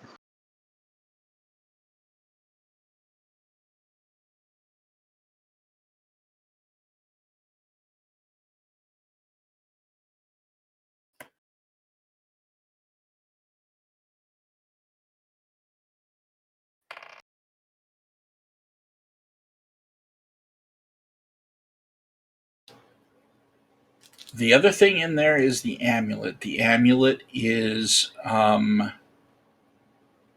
it appears to be a heavy silver-looking piece on a braided leather cord, and the symbol on the amulet is a compass,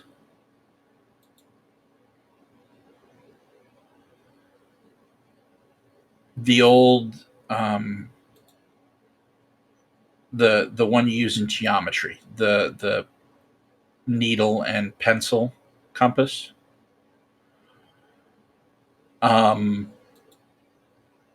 And a scroll.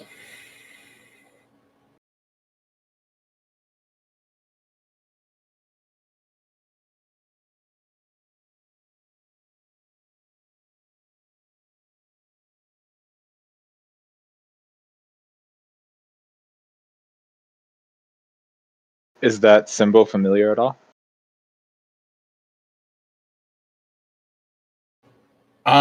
To you, yes, because he handed you the card. That symbol is also on the one that he suggested that you visit the Order of Honed Thought.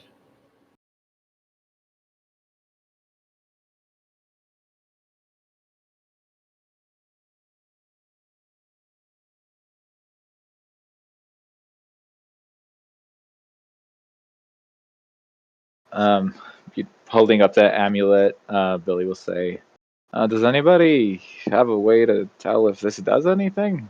Or do you think it just gets us in the door?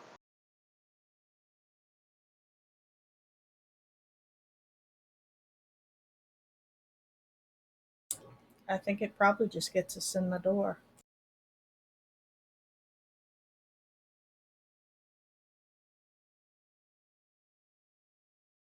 Okay, and then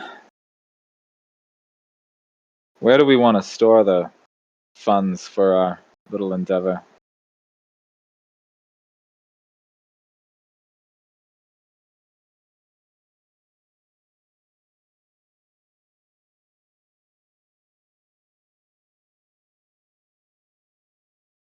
Maybe split it up to where we're not all holding one bulk chunk each. Or one of us isn't holding one bulk chunk, and That's probably a good idea.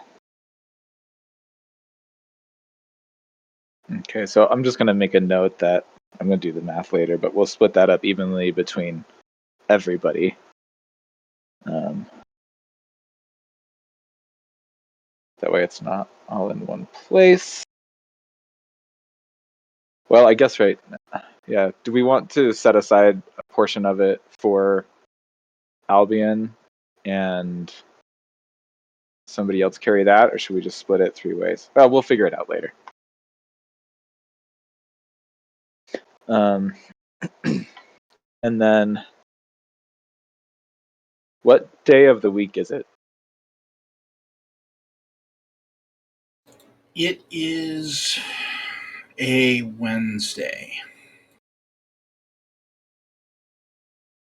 Well, we could go visit the Order of Home Thought probably on Saturday. Let's get out of this creepy office building, and what do you guys want to do?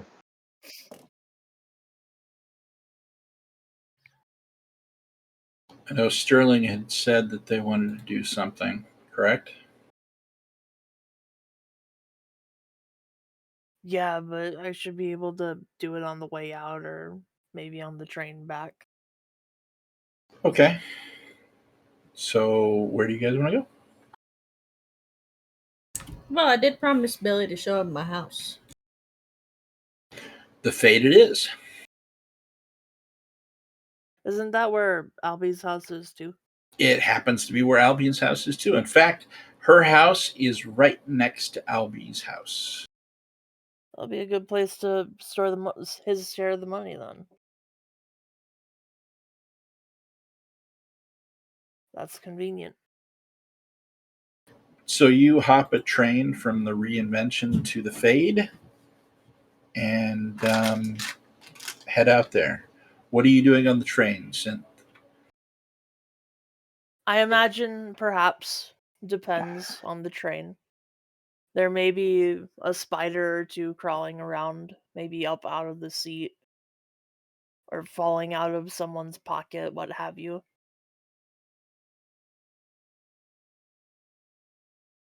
Yeah, sure. I kind of hold out my hand to it and my eyes start glowing that kind of green. Okay, it crawls up on your hand.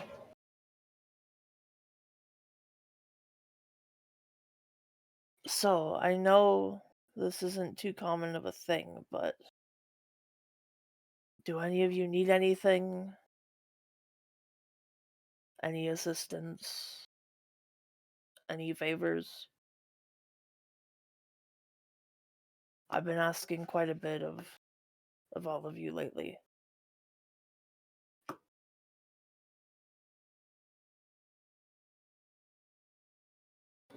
The spider, it waits for a minute as if it's thinking. Us? Not us. She may want something, though.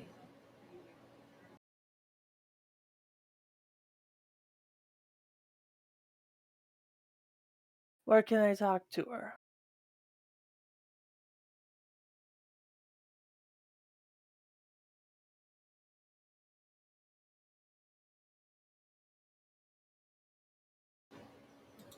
It rears back and bites you.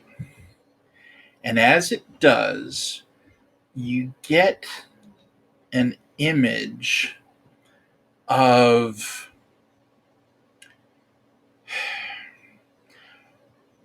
rundown, dark, grimy, not maybe not um, like blasted, but um, not kept up because no one cares to. City. Um, and in the sewers of that city, you see spiders everywhere, and they're constantly going in and out and through cracks and you're just all over the place. But as they're coming into the sewers, they always go down a tunnel, and you're kind of your vision's kind of led through this tunnel to a massive spider. Um, this thing is easily 7 or 8 times your size. Our mother.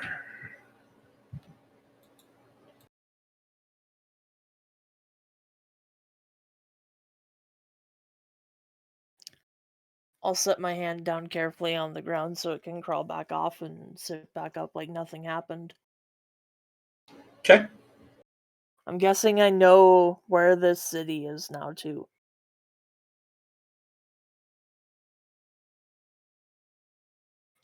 Yes. If I don't, I'll use a hidden knowledge.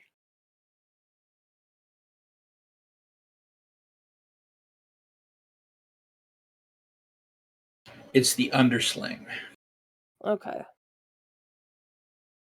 So a tunnel like underneath the undersling. So it appears. Okay.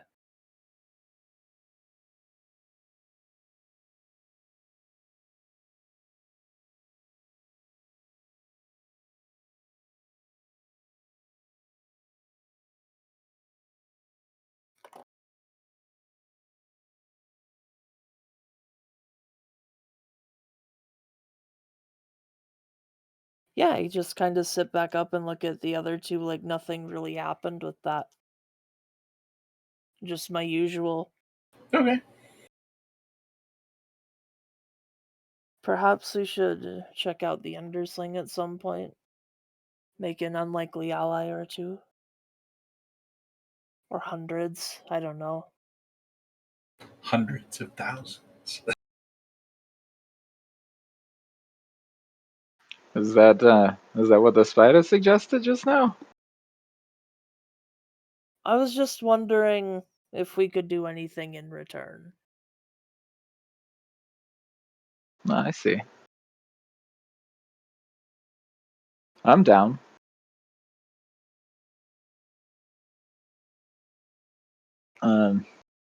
At some point, as we're riding the train, I'm going to continue, or Billy's going to continue his conversation with Claire a little bit. Okay. So, if we're going to keep our little pirate radio station going long term, it's going to need a name.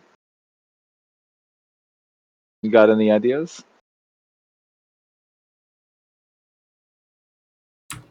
I'm terrible at naming things.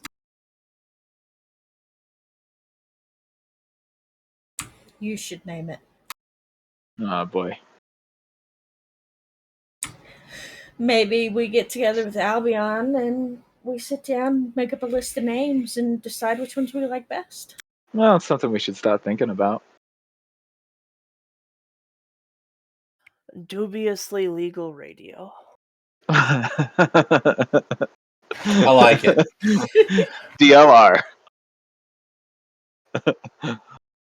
You're listening to Dubiously Legal Radio. What Sterling, what do you think is in the undersling exactly? Oh, it showed me. They have this tunnel they go through.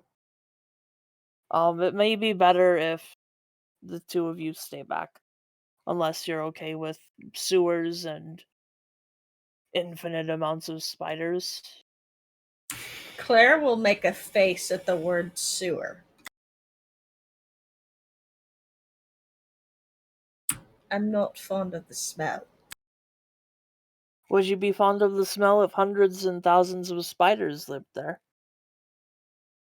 Probably not. I thought not. It can't be that bad.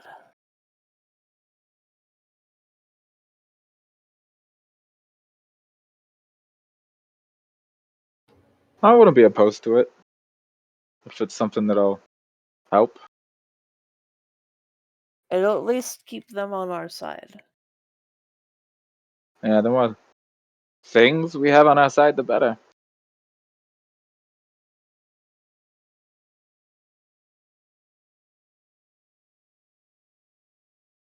Maybe I'll So even let's find W down there. That'd be interesting.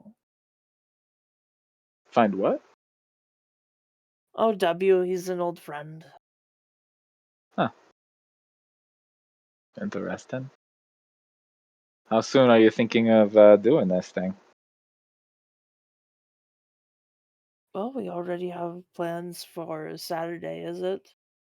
Mm-hmm. Today was Wednesday. Wednesday, Correct. yes. How long would it take to get to the Undersling by train? Or by convenient method? Hour. Maybe I'll make a little Friday night trip. See what we're dealing with.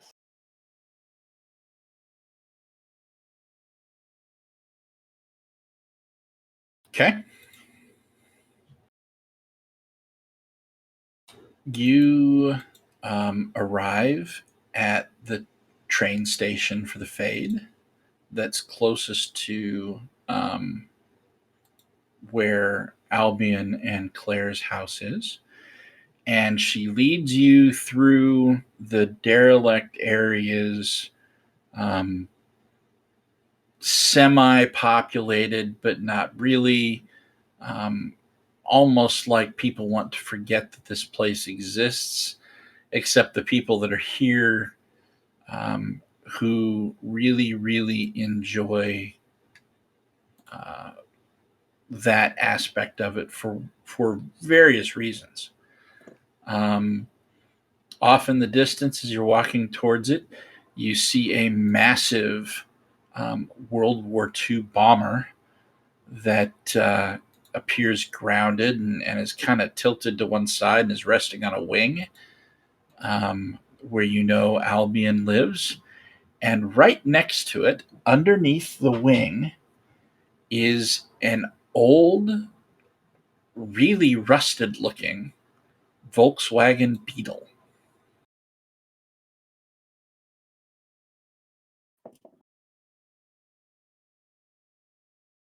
Are you sure this isn't Talby's car?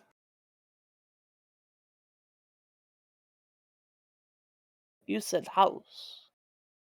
Yes, it's my car. It's my house. Come on, come inside, and I'll open up the back door, and I'll go in. She opens up the back door and crawls inside. It'll be fun. Well, it seems kind of like it'd be cramped. I go in. Yeah, I On do the too. on the inside, this thing is very much, as you look around, like a Class A RV. Okay, it's much much bigger than this bug should be, and you watch her, and she kind of wanders off and goes through a door and doesn't come back for a while.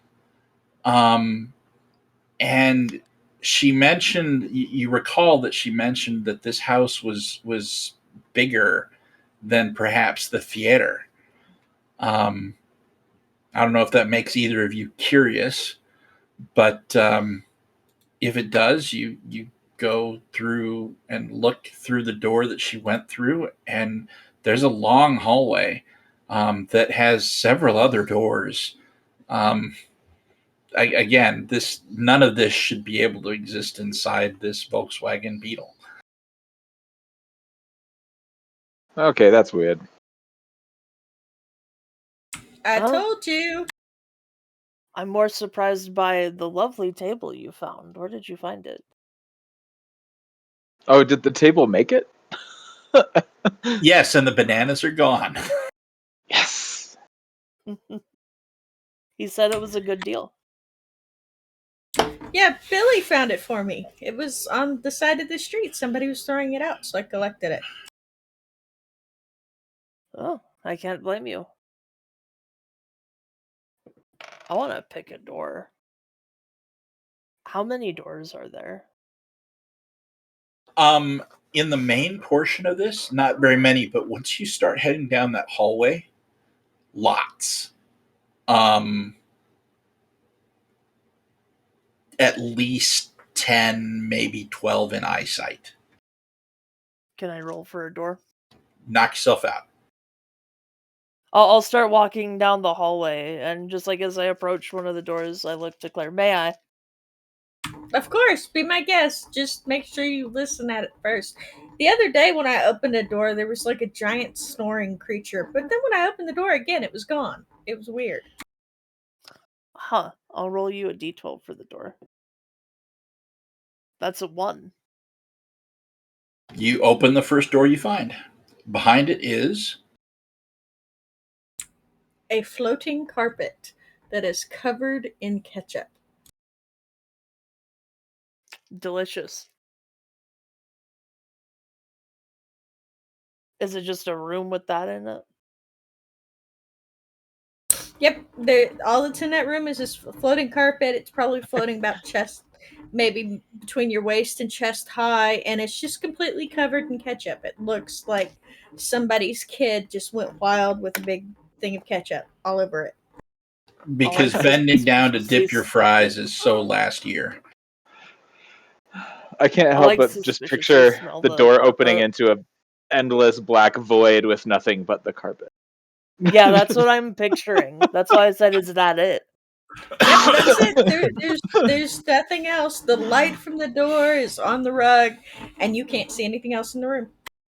I'll try stepping inside just to see what happens. The curiosity is getting the better of me. Avoiding the ketchup. You're Okay, muted. you step into the room, and you'll probably let out a sharp, surprised yelp because you fall maybe about 6 inches, and then you're standing, and then when you look down, the ground underneath you lights up, but it's kind of spider webbing out with lights, almost like cracked glass.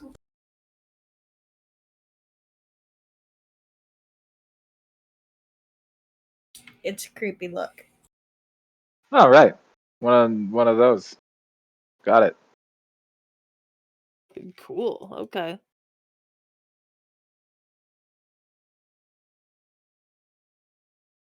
I'll tell you, you have a very cool floor. The one that's not covered in ketchup.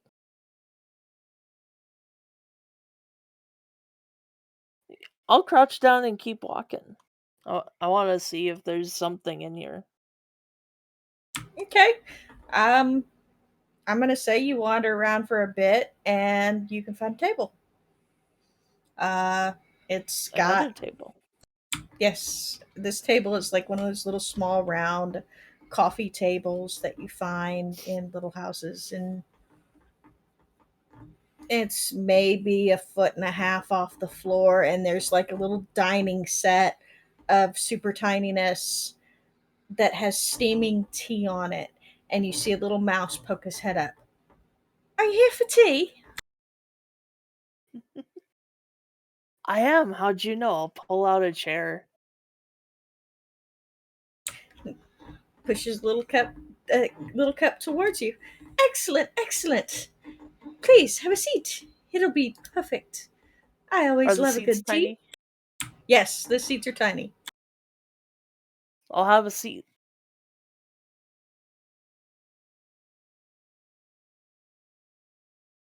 Do you want to shrink to where you fit on the seat? I guess I should ask. Because I just kind of pictured you walking up and you pull the chair out and then you shrink down and you sit neatly on the seat. If that's No, what happens. I think that totally happens. I Absolutely. pictured it. I just try to sit on the tiny chair. If that's Yeah, actually what happens, then in the yeah. act of sitting on the tiny chair, you shrink down. You are now Mouse 8 size. inches tall. How convenient. Otherwise, I fear I would have broken the chair. You can blame Shauna for this idea. I'll pick up a little cucumber sandwich and just start eating it. It tastes really good. So if the mouse is the one that made this food, he's a decent chef. I've heard of this before. Food is involved, so Billy's going to have to join. You go and sit down, and you shrink down to about 8 inches too. No, that's really weird. There is now a mouse handing you a cup of tea. I take it. And It's more not importantly, bad eat a tea. sandwich. Yeah, this is pretty good. I'll give him like a little cheers, the mouse. The pinky out. It's a very pleasant experience.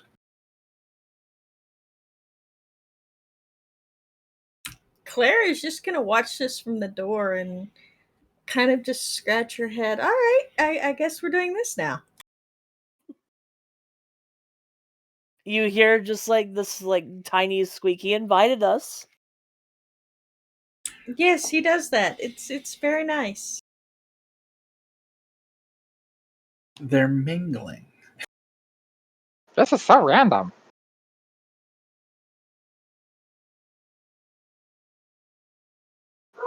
Oh, if only I brought a few friends. The mouse says, "You should bring some the next time you come." I'll think about that. I'll hand it the third of a crystal orb that I have. Just as like a Okay. little bonus. Just the 1/3. Right. No, I remember. He takes it and he looks at it kind of curiously, and then he lifts it and tries to nibble at it. And when it doesn't chew, he kind of throws it over his shoulder. Thank you. I think. Hold it up to the light, it's shiny.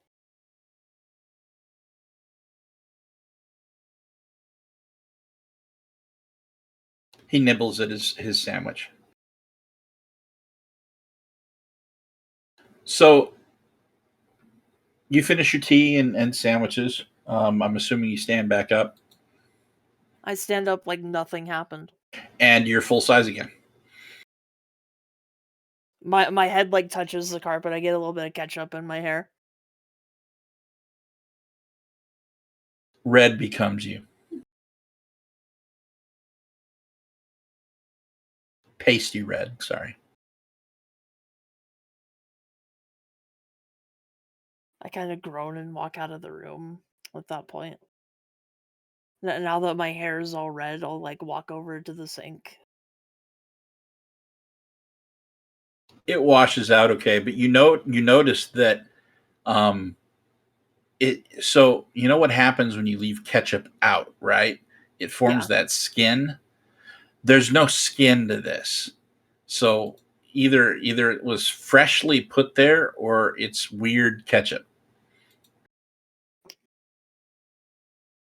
I had a tiny tea party with a mouse. It's fine.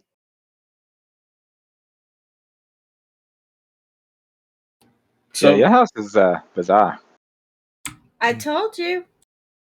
I don't know if it's because. Is it always the same room, or do they change? They change. Okay, that's even weirder. The only room that remains the same, luckily, is my bedroom. It stays as a bedroom. Everything else seems to like to shift around. Yeah, so the portion that you see when you walk in right away, you've got that little kitchenette, sort of like an RV kitchenette, and the bedroom that stays. But then there's this door, and everything beyond the door is either changing or growing or shrinking. You're never quite sure which. It's almost like the bug is trying, or the beetle is trying to figure out what it wants to be when it grows up. That is delightful. You think this was the mouse's home before you? Maybe.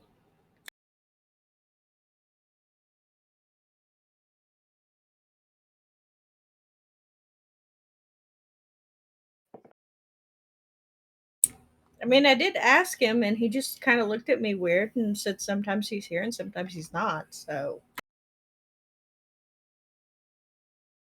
Makes enough sense to me. As much as anything else would. So you're going to store Albion's portion of that money in here until he gets back. Mm-hmm.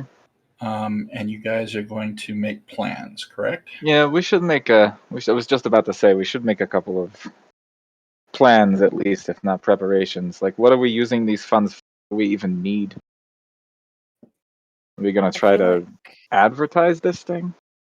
I feel like those are questions for Albie. Yeah, you've got a point. We're probably going to need advertisement to where we can let people know that we exist. Mostly I'm concerned with operating costs. I don't know how much it's going to cost to get the stuff that we need to make it work.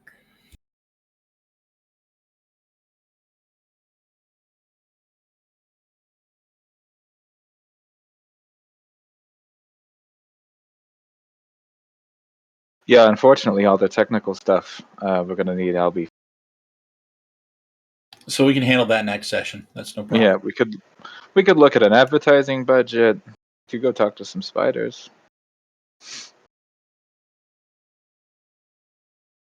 Ooh, for names, what about the rhizomatic palimpsest? What? That's my idea for the radio station. The rhizomatic palimpsest.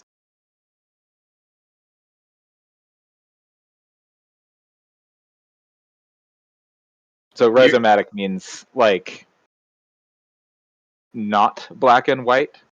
So a constellation rather than a straight line, or rather than two polar points. because the way that the Thaw thinks is, all black, white, true, false, good, evil. And so rhizomatic means not that, the opposite. And then palimpsest because of the way that Kudash explained, like the sort of shadow and like indigo being layered on top of each other, almost like like those transparent sheets for like overhead projectors.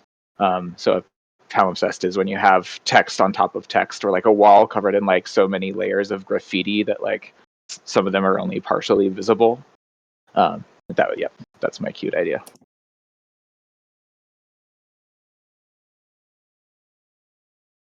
That is kind of a mouthful, though. Mm-hmm. But it's very Saturnine. It is very Saturnine.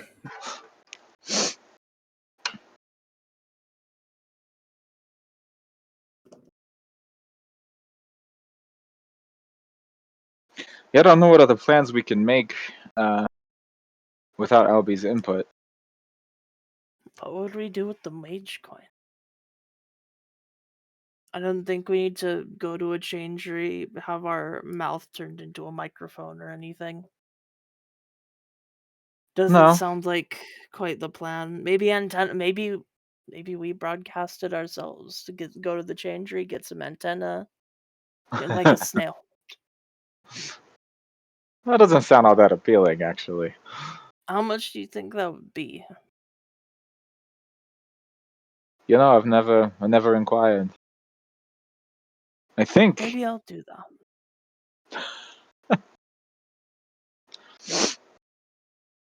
what we could do is we could do a little bit of research and try to figure out where we could get broadcasting equipment, and maybe make some connections, maybe make some inroads when Albion's back. We've got a destination or two in mind. I mean, I have no idea where to start.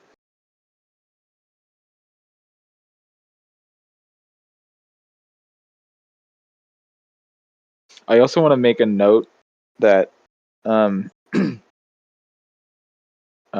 wants to correspond with Albion once this gets underway, and he starts needing like very weirdly specific things that are hard to come by, because I can every day pull one of them out of a dream.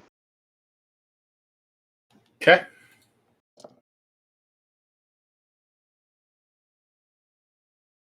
That would be just fine. So yeah, if that covers you for this session, then I think we can probably end here unless anybody's got anything else. I think most of what we need to do is going to have to wait on Albion to be involved. Yeah, it's his thing. He's the maker. He's a linchpin here. So yeah, Yep. okay. So next time, I think we'll bring Albion back, and we'll talk radio, and then yeah, unintentional pun, but it worked. So we'll also need to go back to the Hall of the Goetics, and potentially the Undersling. I'm hearing. We want to check that out. And yeah, that sounds interesting. We can make that happen. Questions, concerns, shout outs, anything you're working on, anything that you want to promote?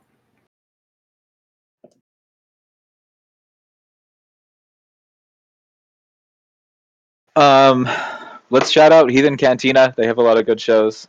I don't have anything I don't have anything to promote yet, but I think I will have a one shot or two happening soon.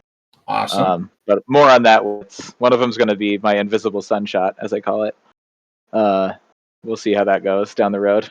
It's amazing how well that it's amazing how well that name pairs with a lot of stuff, doesn't it? Mm-hmm. Yep. It really is. Awesome. Chris? I got nothing today. Okay. Joanne, we've got, yeah. Yeah, we have the special guest tonight. Yes, come join us at 8:30 in the lounge. We have a special guest tonight.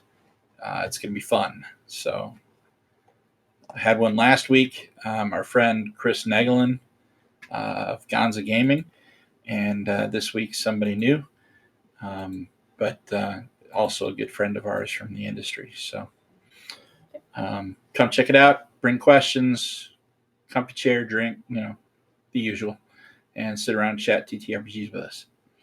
That's 8:30 p.m. Eastern time. So otherwise, chase us around the internet using our link tree in the chat there and on our Twitch about page or whatever it is. And that covers us for the next couple of weeks. I don't believe Hole in the World is still up yet. I think they're still working on something else, and I don't know what it is. So I'm kind of intrigued as to what they've got going on. But every other Sunday is going to be Invisible Sunday, no matter what. I'm intrigued too. It's kind of, I just have vague ideas. I don't really know what's going on. But from our Citadel to yours, happy gaming.